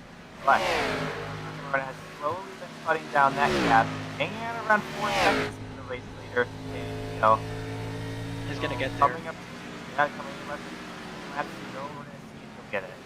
I think he's going to get there. He's certainly just chopping that gap down. Michel might be trying to save a little bit of fuel and tire to make sure he has enough to get to the end. It was close for him to make the strategy work at all. But Ethan Fonseca now within 3.5 seconds, approaching 15 laps to go in this race, Kenneth. With the tire advantage that the 21 has, it shouldn't be a hard pass necessarily against the 25. But he wants to try and waste little to no time, give a lot of room, make sure no contact happens. He has a huge gap to Lawson Peele. The only thing that the 21 does not want to see, and that's asking a lot because we're all drivers and we know what I'm about to say. Oh, no. No cautions, and we've seen that happen a lot in late races, especially during these playoffs. It is not a foregone conclusion that the yellow flag could wave before the white flag, so that's what he wants to see is the white flag. Well, something that's interesting here is that Ethan Fonseca and Moreno could actually better his championship and the point situation. There's a gap between, obviously, that is closing between the 25 and the 21. There's also a gap between the 21 and the 12. If the 21 can pass the race leader and slot him into Lawson Peele in third place, that almost guarantees him a championship win here. And looking at the gaps, I think he can catch him. And also if Lawson Peele can catch him after he's passed. So that could also be something that shakes up as soon as the 25 makes it all the way to the end. It's a tall order, though, at about 8 seconds that Peele has to make up before he catches up to Moreno, let alone the extra 2.2 seconds that is needed to get up to Daniel Michel. At the moment, Moreno leads by 1 point, courtesy of Francisco, who just crunched down the numbers for us. And got to give credit to Tyler Murray, the league owner, who gave us an entire Google Sheets doc to work with, in the sense that we could calculate live points as things were going. We unfortunately don't have the technology to show you it on the screen as it goes down. We wish we could, but we're going to give you the verbal news as it moves through. Coming to 12 laps to go. Gap is down to 1.8 seconds, but as each lap goes by, Keelan, Moreno is losing on his advantage to Michel. He was at 1 second about 5 to 10 laps ago. Then it was to 0.8 of a second, and cross of the line this time by it's a little under 0.4 of a second. So we could have a situation to where Moreno could be held up a bit by Daniel Michel. And it's a possibility. He's going to race hard for that win in this 25 machine. And we will see if he can hold on. He wouldn't do the strategy if it wasn't for no reason. Moreno has closed the gap, but as we get deep into this run, those tires are going to even out a little bit more. So the seconds you were gaining early in the run, it's going to come down to just tenths, down to hundredths as the run goes on. So it's not a guaranteed win, but as they run right now, Ethan is sitting fine right now. So he'd be fine with a second place finish as it stands right now. But I'm sure he wants that win just to kind of make himself even safer as it comes down to that championship. And Ethan is continuing to close that gap, so as it approaches 1 second and gets within that, we'll see just how easy it is for the 21 to get around him. I'm pretty sure he has Jaden Porter trying to update the situation as much as he can.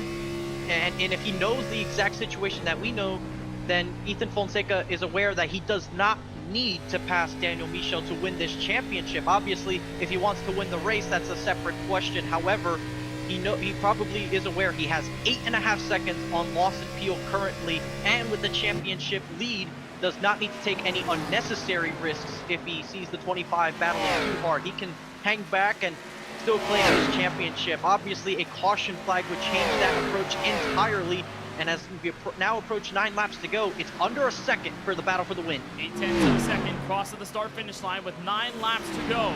Michel the leader. There's the lap car, Jesse Freeze, who's on fresher tires, and I don't believe Freeze is pulling the trigger to get around the 25. Could this be another extra effort to keep the 21 at bay, even though in this position, Moreno would be the 4-wide racing champion. If Michel can hold on for the next 8.5 laps, he would become the 14th different winner of Season 6, and would not only be that 14th different winner, but would also get his second career 4-wide win. Got his first at Road America back in Season 5 with next-gen cars after Lawson Peele hiccuped to entry into Turn 5 and then went off track in Turn 6 to help Michel utilize his strategy, plus the track position to get the W. So a lot on stake for Michel in just his solo 4-wide racing career, while Moreno wants his 5th of the season, and it would get him the ultimate prize in this series from his rookie campaign. It'll be 7 laps to go this time by Keelan, and again, this is still far from over, even though it looks like it's coming to a close. It ain't over till that leader is taking the white flag and he's confident he isn't going to have another yellow. I'm sure Ethan's pushing just as hard as he has been all race to try and get around Michel in that 25, take this lead away, and praying that everybody keeps their car on a straight path around the racetrack. As you see Eric Schaefer in the 3-car coming off a pit road. Is he going to steal the fastest lap? That's the thing to look at. Yeah, as Moreno still holds that fastest lap. Oh, look, he's on the outside. Here he goes. Pass for the lead out of turn 4. There's Trevor Haley, who is 1 lap down, but just came down pit road 15 laps ago. There's the crossover by Moreno. This is for the lead with 6 to go. Every driver wants to win the championship with a race win, and that is what Ethan Fonseca Moreno is putting himself in position to do. He's got the lead. He's got fresh air with a few lap cars ahead of him. Ethan Fonseca Moreno takes the race lead with 6 laps to go. Keep in mind, he will be above by a healthy margin of points as there's Trevor Haley in the middle of all this. A gaggle of cars to get through. Cody Kinsey on the outside, while Eric Schaefer, who came down pit road, just set a 32.920. We'll keep an eye on the 3 cars. He looks to steal the fastest lap. Moreno in the middle of 3 wide. Trevor Haley trying to get by. 5 to go, Keelan. 5 to go here in the 4 Wide Racing TJ's Team Series Championship race from Homestead, and it's been an instant classic as we look to see if that fastest lap will change. Right now, as it stands, EFM and the 21 machine has a 7-point advantage over Lawson Peele, who sits back in the 3rd position, and he just has to hang on 5 more laps and keep this points margin where it is, and he will be the champion. Sideways is Cody Kinsey. Michel is gunning for pit road. So we'll push Lawson Peele to 2nd, Francisco. Yes, but the gap between 1st and 2nd as far as how the points are handed out is an advantage to Ethan Fonseca. So as they run right now, Ethan Fonseca well clear ahead for the championship. New fastest lap. Yes, a new fastest lap has been set by Eric Schaefer. He has set a new fastest lap in this race. However, as the move by Ethan Fonseca to the race lead, that gap in points has now grown. So even with the change in fastest lap, because the 21 now leads this race, that is a huge difference in points that the fastest lap can't offset. They needed Daniel Michel to stay up front. Yeah, it sits at 5 points right now with Moreno in the lead. That was Peele's opportunity, was if Michel's strategy worked out, and it did not right in this race. But now Peele, his only chance is a yellow in this last lap and a half, coming to the white flag. This is going to be close. 2 to go, and Moreno just has to pray that a yellow flag doesn't fall within the next lap. Peele has shuffled to 2nd, but he's back by at least 10 seconds and gaining slightly, but not by much, to make an effort into this championship race. Brandon Banks makes it a DBR 2 and 3 right now. Kyle Benson to 4th, and BBR locks up the top 5 with Jaden Porter in the 28. Still trying to catch up to the 28, by the way, at the exit of turn 4. By Benson and Porter looking right behind them. But the look to your championship leader and race leader, Ethan Fonseca Moreno. Drinkin' Bros Racing pulled out all the stops to ensure that this 21 car did not get to this position, but he's here, and this race will be official. White flag in the air from Homestead-Miami. The season for Ethan Fonseca Moreno has been a rocky one at most. Starting in his rookie campaign in this series, having to challenge everyone, all the veterans, all the new drivers, and everything in between. Got his first win at Vegas and got several wins after, and has had a shaky playoffs. Got a win stolen from him after a post-race penalty at Dover. Went all the way back with the win at Phoenix, and this is the walk-off of the century. Ethan Fonseca Moreno, for the first time ever, is a 4-wide racing champion.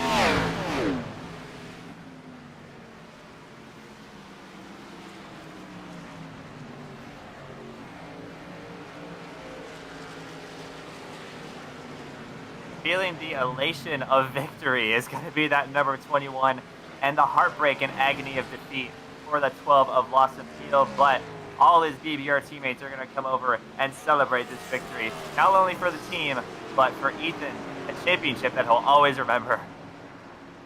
Wow. Jaden Porter last season. Yeah. It was Jaden Porter last season getting the championship for KBueno Racing in his rookie season.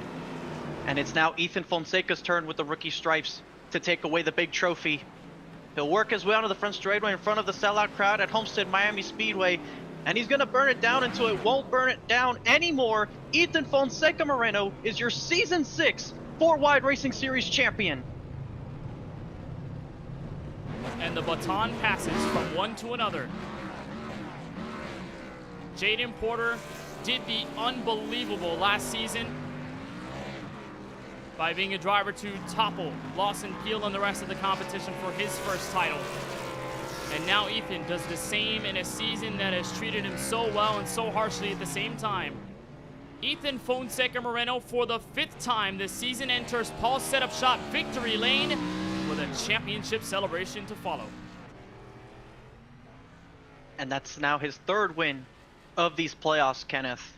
The cream rose to the top when it mattered the most after that Dover incident, when the pressure was stacked against him. When he thought it was all over, he just put it all behind him, put the helmet down, and got an excellent result at Pocono, and 2 wins to close out the season at Phoenix last week and tonight here at the Homestead-Miami Speedway.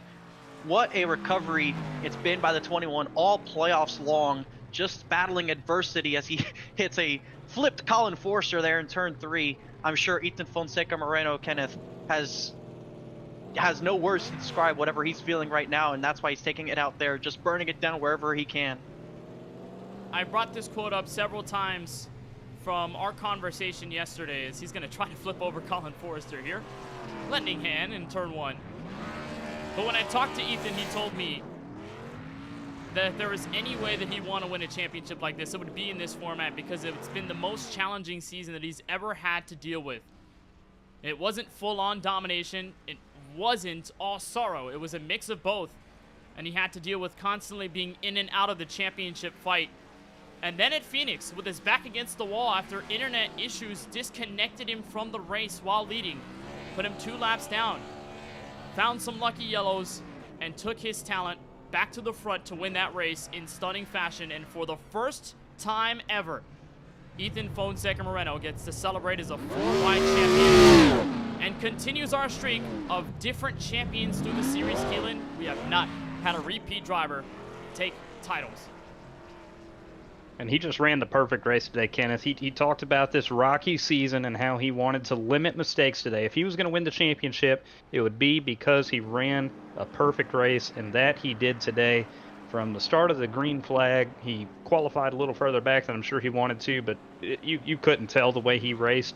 By lap 30, he was already up and leading this thing, and I don't think anybody else really had anything for him on the racetrack today. Lawson Peele gave it all he could, but he just never could overcome that 21. I can't say perfect race enough. It was just a class act of driving by that 21. And even when that attrition sets in on these long green flag runs, the 21 found a way to manage his race car and finish this season on top, finish this race on top. He just did everything perfectly, and very deserving of a champion. Officially, Ethan Fonseca Moreno is the champion by 5 points over Lawson Peele. It was a 3-point deficit going into this race. And this is going to be a long celebration, but a deserving one for the California driver, who will have his teammate, Jaden Porter, alongside as they perform the Polish victory lap here at Homestead. A hard-fought championship race, and one that will stand in 4-wide history as one of the best finishes in this title fight that we've ever seen. And it's back-to-back for KBueno Racing. Back-to-back, and you're looking at the 2 drivers responsible for it.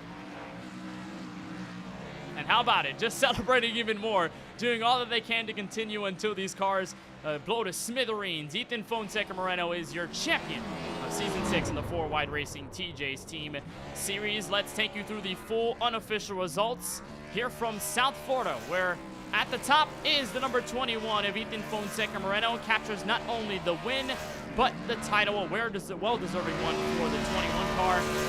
Lawson Peele finishes this race just 1 spot short of the title and 1 spot of the win.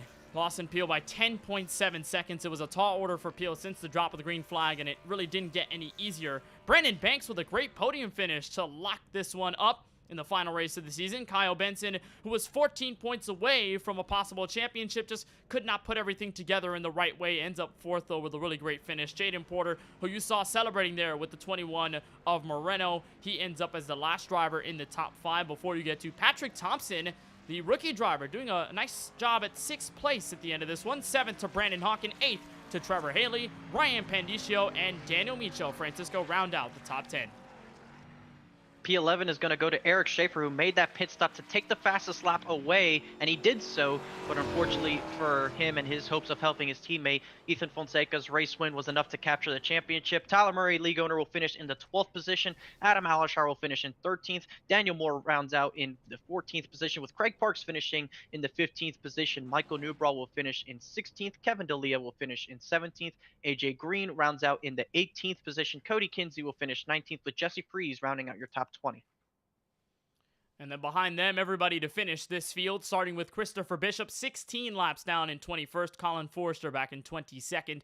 Austin Reedy, 23rd. 24th to Lance Hill, Curtis Kelly, Craig Lauenslager, and Tony Kivet round out your full 27-car field from the virtual Homestead-Miami Speedway. We have a chance to talk with your top three, and we'll also get Kyle Benson in there as well as the third-place driver in the championship. But we do have Ethan Fonseca Moreno, the 4Wide Racing TJ's Team Series champion, to talk with first. And here he is from Paul's Setup Shop, Victory Lane.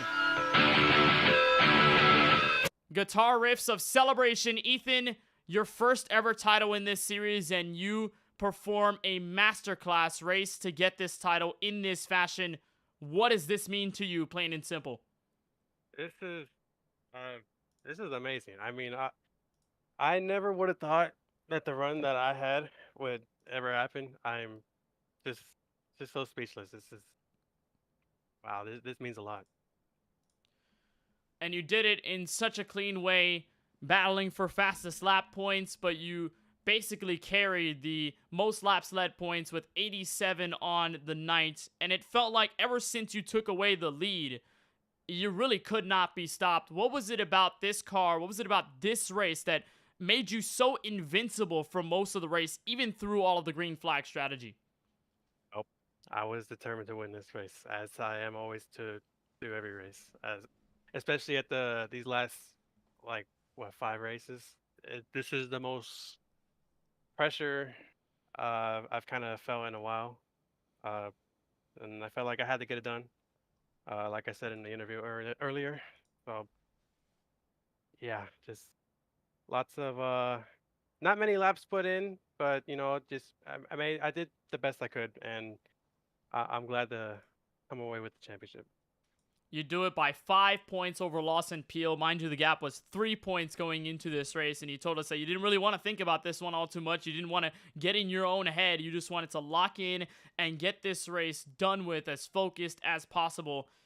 What does it mean to go from back to front in this sense? Because, I mean, you've gone through so much through this season. I'd argue you've been through the most that we've seen any driver go through in one campaign, let alone in your rookie campaign. So what does that mean for you emotionally to be able to go through all that you've been through, rebound every single time with as much relentlessness as ever, and get the championship in such a dominating way tonight? It means a lot because, there was a lot of up and downs throughout the season, and there was, of course, like I said, there was times where I was down on myself if I could, get this done or not. But, I didn't imagine coming into this season thinking that I'd be the champion, and just just had to work for it. Some things just don't go your way sometimes throughout the season, and I'm glad to put things together as the season came to an end.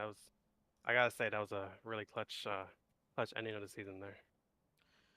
Well, Ethan, on behalf of all of us here at the KBueno Racing Network, we congratulate you on your first ever 4Wide Racing Championship and the second ever for a BBR in this series, and second straight. We've got the league owner, Tyler Murray, to bring the championship presentation to Ethan Fonseca Moreno. Tyler, take it away. Well, Ethan, you set the precedent here for rookies. Anybody else who ever joins this league, first rookie driver to ever win the championship in 4Wide, which is a tall task to ask with the competition that's in here. You overcame adversity, and you drove an incredible race tonight, and you drove an incredible race for the championship all season. So on behalf of TJ's team, Paul Setup Shop, all the admins at 4Wide, and everybody in the league, I want to congratulate you on being the Season 6 champion of 4Wide Racing. Thank you, sir. So Ethan gets the championship handily here at Homestead-Miami. I think the final question before we let you celebrate this title, Ethan, is how are you going to celebrate? What's the celebration method like now? I don't know if I'm gonna work tomorrow. Like, I just want to take the day off and just kind of let it all soak in. I still am a little excited right now, so I gotta watch everything back and all that. So, man, I don't know what else to do. I can't get drunk, so I don't know. Yeah, I'd probably take the day off tomorrow. That's certainly a way to celebrate, but I'm sure that the elation is going to carry through for I don't know how many months until we kick off Season 7. Ethan, on behalf of all of us here at the KBueno Racing Network, again, a huge congratulations on the title tonight at Homestead-Miami. But before we let you go, is there anybody in particular you just want to thank for not only the entirety of the season, but the championship tonight? I just want to thank my team. I'm glad to bring home another championship to the team. So proud to do it for you guys. It's awesome. Great experience that I've had all season with my teammates as well. And I look forward to racing with them guys next season. Hopefully bring another guy along. Luke, great racing with him. Jaden, great teammate as well. And the sponsor on the hood today, KBRN. Yeah, those guys, and yeah. Well, Ethan, go on and celebrate the championship, a well-deserved one in your first ever in this series. Congratulations on winning the Season 6 4-Wide Racing TJ's Team Series Championship. Thank you. Ethan Fonseca Moreno does it in great fashion. 87 laps led, and this 21 car gets to occupy Paul's Setup Shop Victory Lane along with a title in this series. We will join the second place driver in the championship and in the race, Lawson Peele, who's caught up with Francisco Bacallao. Well, Lawson Peele, it's probably not the result you were hoping for. It's the second straight season, finishing second place in the championship just by a handful of points. What more did you need to walk away a champion this season? I don't know. I mean, I'm pretty frustrated just because I felt like there was nothing I could do. I was a little bit optimistic that first run, those first 20 laps. My speed relative to Brandon Hawken and to Schaefer ended up passing them right before that first caution came out, and was thinking, maybe I had the race winning speed.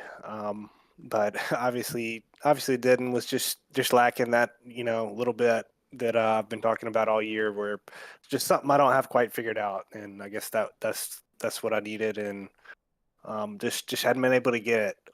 Like I said, been close, been fast, been able to, run top 5, run second, but there's something I'm not figuring out quite yet. So hopefully I can get it. I really made improvements in my practice this week. Just Eric Schaefer helped me a lot, and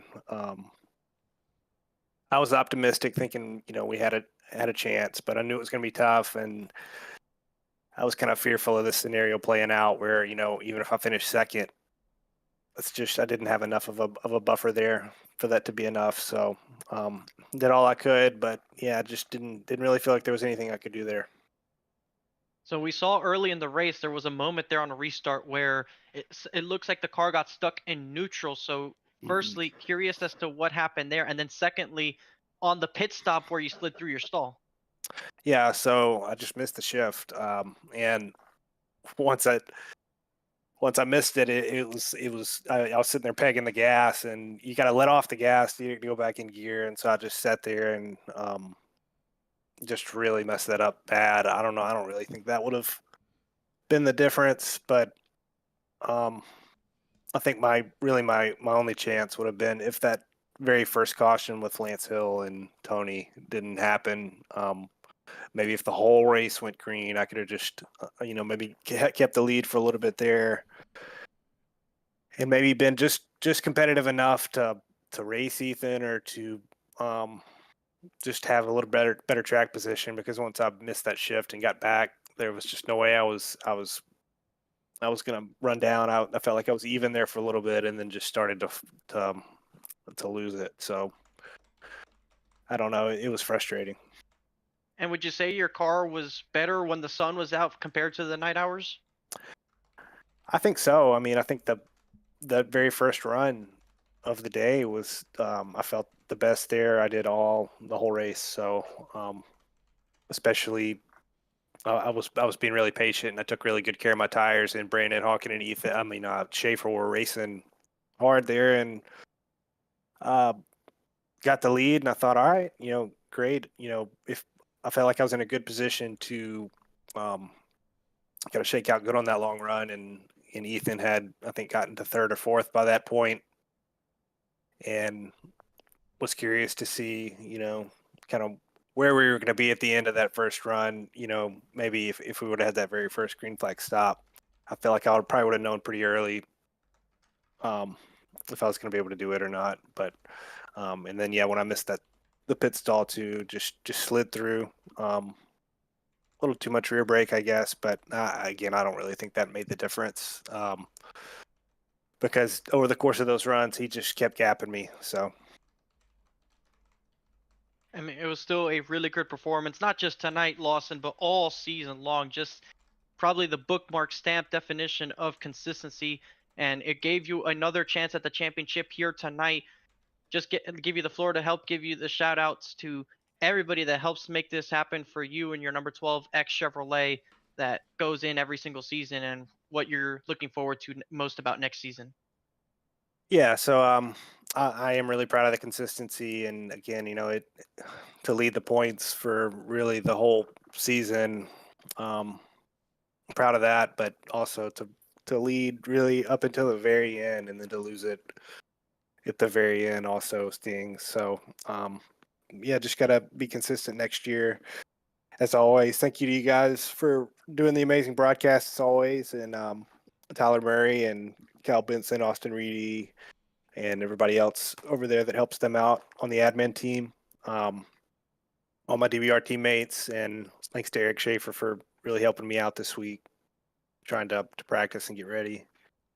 And Paul's set up shop, and everybody that watched tonight, and everybody that comes out and competes every week. I really enjoy it and have a lot of fun. And I'm not going to get down about this one, but after losing kind of brutally last season and then being really close again this season, starting to really really appreciate and be glad I got that championship back in season 4, I believe, 4 or 5. So 5, I think.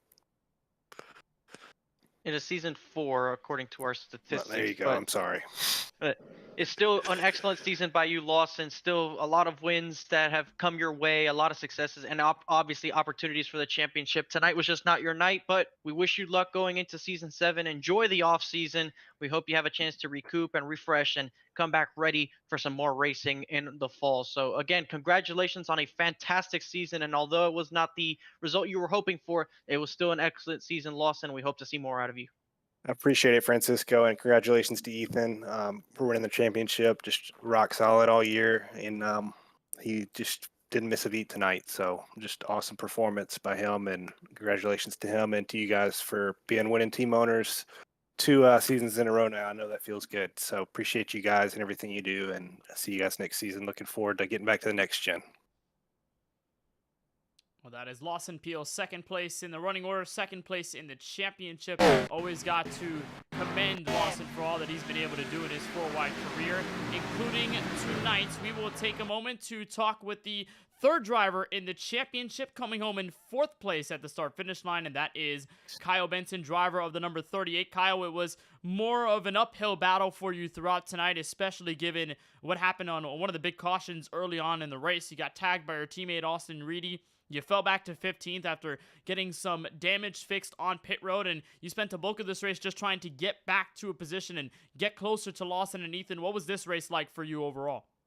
It sucked. I figured something out at the end, and we were really fast. It's just the track position was just too big, and it was really hard to get. It's hard to catch up on green flag pit stops because whatever you want to do, they're just going to do the opposite, and you're screwed on tires. So I don't know. We just kind of gave everything we got, and we still picked out a top 5 for the year. We're still, I think, finished 3rd in point standings. I mean, overall, had a good season. I'm happy where I'm at, but I just kind of wish I was 2 spots better.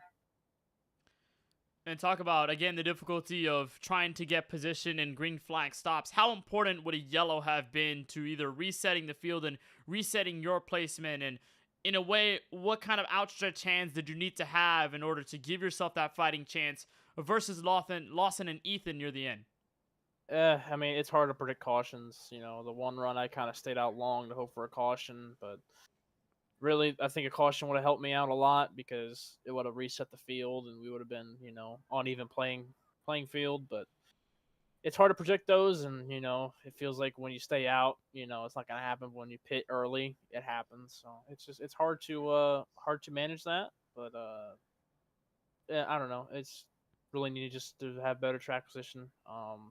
The wreck in the beginning really didn't help. I had to take damage and fix the right front, but it dropped me like 15th, and but it would have been nice to have a caution just to see how we would have stacked up. I had something in the old strategy sock I was gonna pull out, but it just didn't come to fruition. Well, nonetheless, a pretty successful season. Another shot at a 4-wide racing championship where you move forward to the next campaign, which starts in the fall of this year. We take a couple of months off to refresh and get ready for the next one. Return to next-gen cars, return to the playoff elimination format. What do you take from this season to build forward onto what's going to be Season 7 in several months?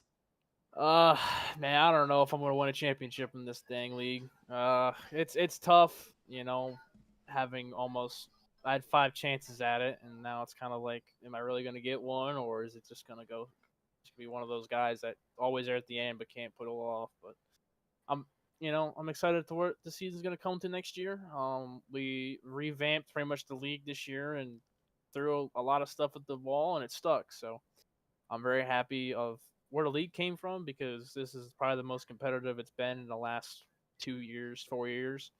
So, overall, it was a very good season for the league, being able to, produce the racing that we have and, have the excitement still, even with the Winston Cup style points.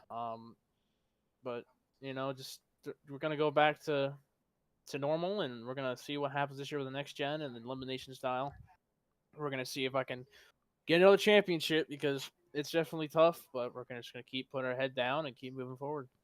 Well, Kyle, it certainly was a season to behold, and it's always fun watching you out on the racetrack, and this time with a chance at a championship. Before we let you go, on this finish from Homestead-Miami in 4th, is there anybody in particular you want to thank for the season? Hell, I got to thank everybody. Everybody that came into this league this year.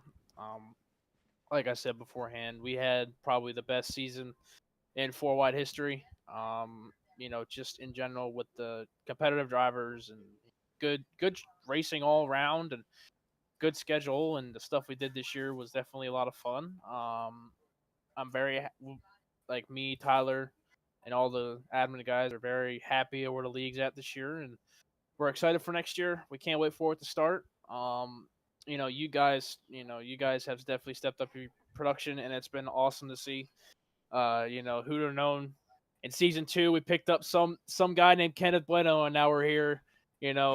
Just having a great time, and just you've done so much for the league, and same with Francisco, and it's good to have everybody, in the booth and have a good production on track, and just can't thank everybody enough, for 4-wide coming in every week. It was a long season, but we got through it, and it's another season in the books, and 6 different champions in the last 6 seasons, so I don't know. I'd like to be number 7, but we're gonna see how it goes next year. So the 4th place finish from Homestead, and I'm sure that I can echo the same thanks to you as well for all that you've been able to do. Our production wouldn't be half as good if the racing wasn't exciting and if we didn't have great personalities like you, Kyle. It's been amazing to watch you through all of the seasons that I've broadcasted the series, including this one, and hopefully more in the future. We certainly appreciate the time. Congratulations on the 4th place finish here at Homestead, and best of luck as we kick off Season 7 in a couple of months. Thank you, sir. That's Kyle Benson in the 38. 3rd in the championship fight, we turn to the 3rd place driver on the racetrack, and it is Drinking Bros Racing's Brandon Banks. Francisco, you've got him. Well, Brandon, it was a effort to try and get a win tonight because the championship was not on the cards. You end up with a P3 finish in hopes of getting to see if you're able to finish top 5 in the points. If you just allow me 1 second here to see the final point standings, it will put you into the 6th position. You were just a couple of points shy of Patrick Thompson for the 5th spot. So 6th is where you stand at the end of the season. What do you have to say after 167 laps? That was tough. We needed a caution, really bad. We had a little bit of damage from that first incident. I think it was Reedy that maybe spun out the front there, and got kind of put back in traffic there, and just had to kind of claw our way back. We really needed a caution, just to kind of get back on the same strategy. We had to try different things to try to even stay with Ethan. He was so good. So yeah, and when you start doing that, we started up losing time to him. So it was just really we needed something to kind of even the thing back out again. And but yeah, I mean, we did what we could. I mean, kind of congrats to him. He was pretty much the cream of the crop tonight. So he kind of deserved it. And Brandon, it was still a really good season for yourself. Your final stats will include a race win at the Talladega Super Speedway, 6 top 5s, 14 top 10s, and like I said, a P6 standings finish. Just continuing that consistency that you've made us aware of about yourself. That's kind of what you're known for, that consistency of every single season. And with the return to the next gens and, of course, the playoff format for next year, what is your hope after the end of the offseason? Well, so I mean, I think that was a pretty good finish as far as points go. I had a really bad start to the playoffs there, so I was kind of had to battle back from a couple bad starts there at the beginning. But so we're proud of that. But yeah, going on to next gen next year, I'm okay in that car. I not really one of my favorite cars to race with. Lawson's really good at it, so I'm gonna have to get in there with him and get him to teach me a little bit more with it. We race in Sunoco and stuff a lot with each other, and he tries to teach us a lot in that. And just the way the air manipulates way different in that car compared to this one. It's going to be completely different ball game. You're going to probably see a whole different set of guys racing up front. But yeah, we'll take this momentum going into next season, and we'll see what we can do. A really good season from yourself and your team, Brandon. We'll give you the floor to help get the shout outs to everybody that helps make this happen all season long for yourself. One last time. Yeah, as I said, TJ's team, Paul's setup shop, the DVR guys. Congrats to Ethan. Good try to Lawson there. He did everything he could. This is just not his car. So I think we'll see a completely different racer next season. And just thanks to Tyler and Reedy and Kyle and all those guys that just do this every week. This is probably one of our favorite leagues to race in. We've been in here for years racing, and like I said, it's one of the best leagues to be in. And just everybody that comes out and just watches us every week. We put in a lot of time in here trying to put on a good show for everybody, and like I said, it's a lot of fun. And finally, thanks to you guys. You guys put on probably the best broadcast. You guys are probably the only broadcast I go back and watch every week. So you, Francisco, and Kenneth, and all you guys that do, I appreciate what you guys do. And we'll go on next season and see if we can compete. Like I said, we like to be consistent, but we'd like to be a little bit more competitive too at winning some races. So we'll see what we can do. Appreciate the kind words, Brandon. We appreciate the appearances you make every single season, and congratulations on another strong effort here this season. And we hope you're able to have a well-rested and well-prepared off-season before we see you out there on the racetrack again. So on behalf of all of us at KBueno Racing Network, we wish you a good luck in this off-season. We hope to see you at Daytona in a couple months' time. All right, thanks, guys. Appreciate it. Brandon Banks in the 54 closes out our top 3 here from Homestead-Miami Speedway. And what a championship we had in store. Over 167 laps. We were on edge, basically not sure whether the championship would go one way or the other. And we go back to our broadcast team. I guess Charlie and Keelan are in chill mode right now. There they are. Locking in. There you go. Lock in, guys. Final stand-ups for Season 6 of the 4-Wide Racing Series. They're scrambling still. You didn't bounce to us. I was just my fault. But nonetheless, we got to look at us one last time before we close things out on the KBueno Racing Network for tonight. And I'll start with you, Francisco. You've been along the ride since the drop of the season. Green flag at Auto Club Speedway from here all the way to the end. And I'm not sure if this championship could have set us up any better than the way it turned out. We thought maybe it could be a runaway with the point standings. Maybe it could be a different story than it was. But in turn, it ended up being 5 points, and it did not disappoint. Gave us another banger championship race in this series. We saw the cream rise to the top between Lawson Peele and Ethan Fonseca for the last month of racing. Going back to Dover, we saw Ethan, what we thought was a race win that possibly could have given him the championship lead, but instead it turns into the post-race penalty. He winds up with a 9th place finish, and it puts him down to 3rd in points. And after a decent Pocono race and that scare at Phoenix International Raceway where he almost lost his entire shot at the championship with that internet connection issue, rallies back from 3 laps down to take the race win, puts him in position here tonight where he does probably the best race of the entire season at the right time, and to take the race win and the championship by a mere couple of points over Lawson Peele. So congratulations to Ethan Fonseca on his first championship, and congratulations really to every driver here that has participated all season long and providing us with some great racing. Certainly some of the best racing I've ever seen in 4-wide racing came this season. And I can't wait to see what Season 7 is going to provide with some new faces and, of course, the returning faces. But above all else, this was a fantastic season, and I'm glad that it was a part of the KBueno Racing Network after the switch we made from Max Speed TV to this channel. We appreciate everything you do, Kenneth. You put in so much work behind the scenes that honestly, I'm not sure if anybody who watches this is aware of just how much, because even I'm not too sure at times how much you're putting in, but I can tell, and I appreciate everything that you do. I appreciate everything that we're able to make happen here at the KBueno Racing Network, and I can speak safely on behalf of Charlie, Keelan, and everybody that watches these broadcasts. We appreciate you incredibly, all the hard work you put in to make the broadcast what they are, because without it, it wouldn't be as fun, and I can speak for the drivers on that as well. So once again, just a massive thank you from us, and we really love the work that you do. Well, I really appreciate it, and I think those words are really kind to my heart. Or I really do appreciate it every single time, and I'm always never sure what to say because it's hard for me to take compliments sometimes, but I really do. It means a lot to me every single time that a driver says they enjoy watching back the broadcast, or even if anyone just says they enjoy watching the KBueno Racing Network, it always means a lot. And it meant a lot for me to not only have you in the booth, Francisco, for this, but also for Charlie and Keelan, some of those instrumental people that makes this channel what it is and continues to keep the spirit alive. Charlie, your overall thoughts on this championship finale from Homestead? You're muted. Oh, there we go. Before I get to the championship race, yes. I do want to thank you, Kenneth and Francisco, for having me and Keelan out. We have, all 4 of us have had a friendship that has lasted almost half a decade, over half a decade right now, and that's something I value a lot. And I truly believe, especially after COVID and the rise of iRacing through our friend group, that stretches further than just the 4 of us, by the way. There's a lot of people, some of which probably watching the stream as well.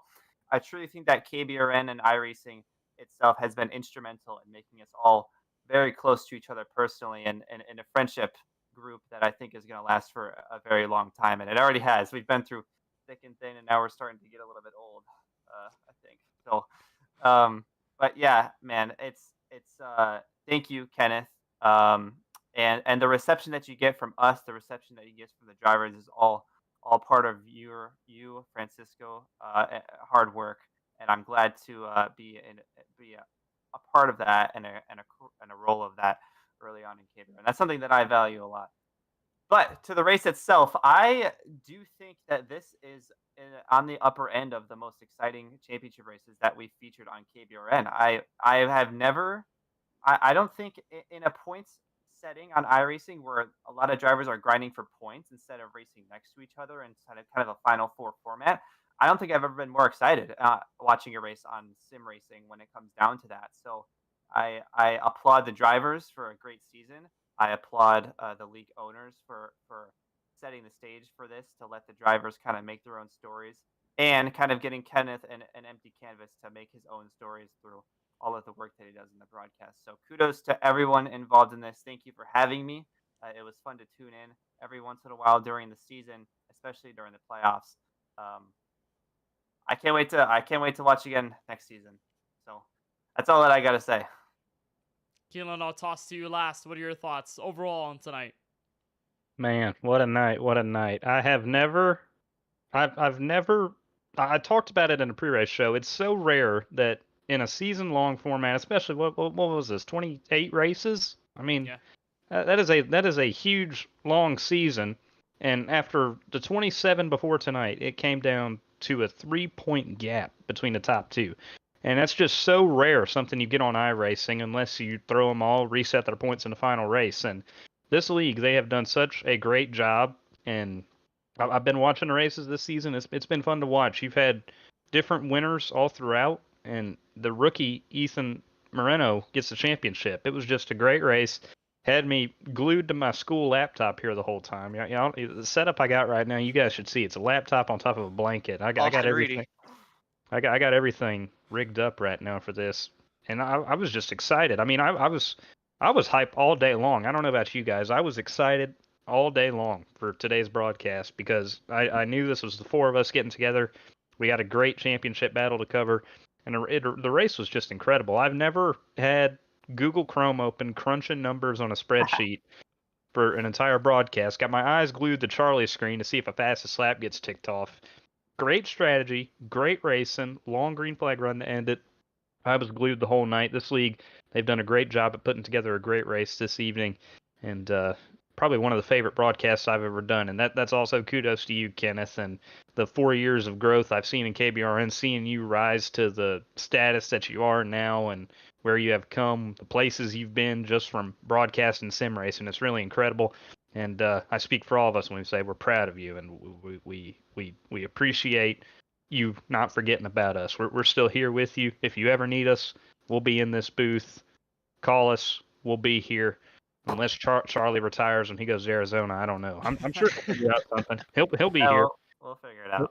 He'll figure out something. So, yeah, just Kenneth, thank you for the last 4 years, and hope the next 4 years are even better for you and your career, and you really get where you want to be, man.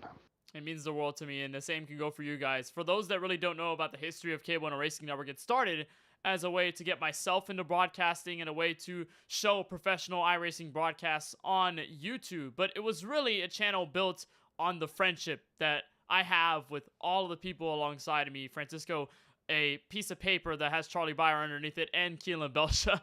But, of course, these three guys right here to my right on the broadcast, I mean, they mean the world to me. We are very close friends off of the sim and off of broadcasting, and we bring that friendship and connection to professional broadcasting on the sim here at the KBueno Racing Network. And I just want to extend my appreciation and love for these guys right here, for you, Francisco, for you, Charlie, for you, Keelan, for all that you guys do, not only as partners in the booth and part of the broadcast, but as friends that I will have for a lifetime until my days are over. So I really do appreciate everything. Charlie's getting something ready right now. I'm not sure what it is. But you're bringing a tear to my eye. All right. Group high five. I'll never forget that day. That is 2022. For those that don't know, Oh, Charlie, Francisco, and never I forget got together in the 2022 Daytona 500. Yeah, that was certainly an adventurous day. Fantastic racing. We even got into the garage post race. You see a picture of us three out there in the trial with the Daytona sign in the background. That's awesome. That's a really fantastic day. That'll go down in all time, and those pictures right there, they'll live forever. So thank you so much for that, Charlie. Group high five. Come on. This is something that I put together. Group high five. For some experiences with some close friends of mine, and I had to include one of the best days I've ever had with people that I wish that I had grown up with, but I met later that share the same interests in racing, and but yeah, that's something I wanted to show you guys. That's beautiful. I've awesome. never seen that before until today, so that's Me awesome. neither. Me neither. But to close things out, I think my final thoughts come from a place of appreciation, a place of love, a place of blessings. I have been so blessed to been able to cover this series over the last 3 years on MaxB TV and then now the KBueno Racing Network. I remember when I got the assignment to do 4-wide. It was Rudy Cummings from MaxB TV that said, hey, there's this new league starting in February. Would you want to cover it? We don't have anyone else to be able to cover it on Wednesday nights, 9 p.m. They run Cup Series cars. Would you want to get a shot at it? And I said yes. And that simple answer turned into what's now such a competitive and amazing series to cover. And if tonight wasn't any example, then watch all the other broadcasts in the past and you'll see just how good this series is. From the drivers, the community aspect, the official standings, and just how we've been able to present this series over the last several years on the KBueno Racing Network. It means the world to me, and I cannot appreciate Tyler Murray and everyone from the admin team, the race council, and every bit of the drivers, all the guys that have taken the track this season, the seasons before, and throughout the entire history of the 4Wide Racing TJ's Team Series. All the appreciations go to them because we could not do what we do if not for a great league to cover and great storylines that they provide us and the fantastic personalities that go with it. So much love and appreciation to 4Wide, to Tyler, and to everyone that makes this series happen. And for all of us at the KBueno Racing Network, Francisco Bacchiao, Charlie Bauer, Keelan Belshaw, I'm Kenneth Bueno. Well, we have to thank you, the viewer, for all the time that you spend watching our broadcast, whether you're a driver, whether you're a sim racing enthusiast, or whether you're just somebody wanting to support this channel. We really appreciate it, and it not only means a lot to me, but it means a lot to all those that are sitting right next to me in Francisco, Charlie, and Keelan. So thank you so much for taking time out of your Wednesdays, out of whatever days of the week, to watch this KBueno Racing Network, whatever we stream, whatever races we have on our broadcast. That will do it for tonight's coverage of the season finale of the 4Wide Racing TJ's Team Series in Season 6. For Tyler Murray and everyone at the admin team and race council at 4Wide, and for all of us at the KBueno Racing Network, for Francisco Bacchiao, Charlie Bauer, and Keelan Belshaw, I'm Kenneth Bueno, saying so long from Homestead-Miami, and congratulations to Ethan Fonseca Moreno on his first ever 4Wide Racing Championship.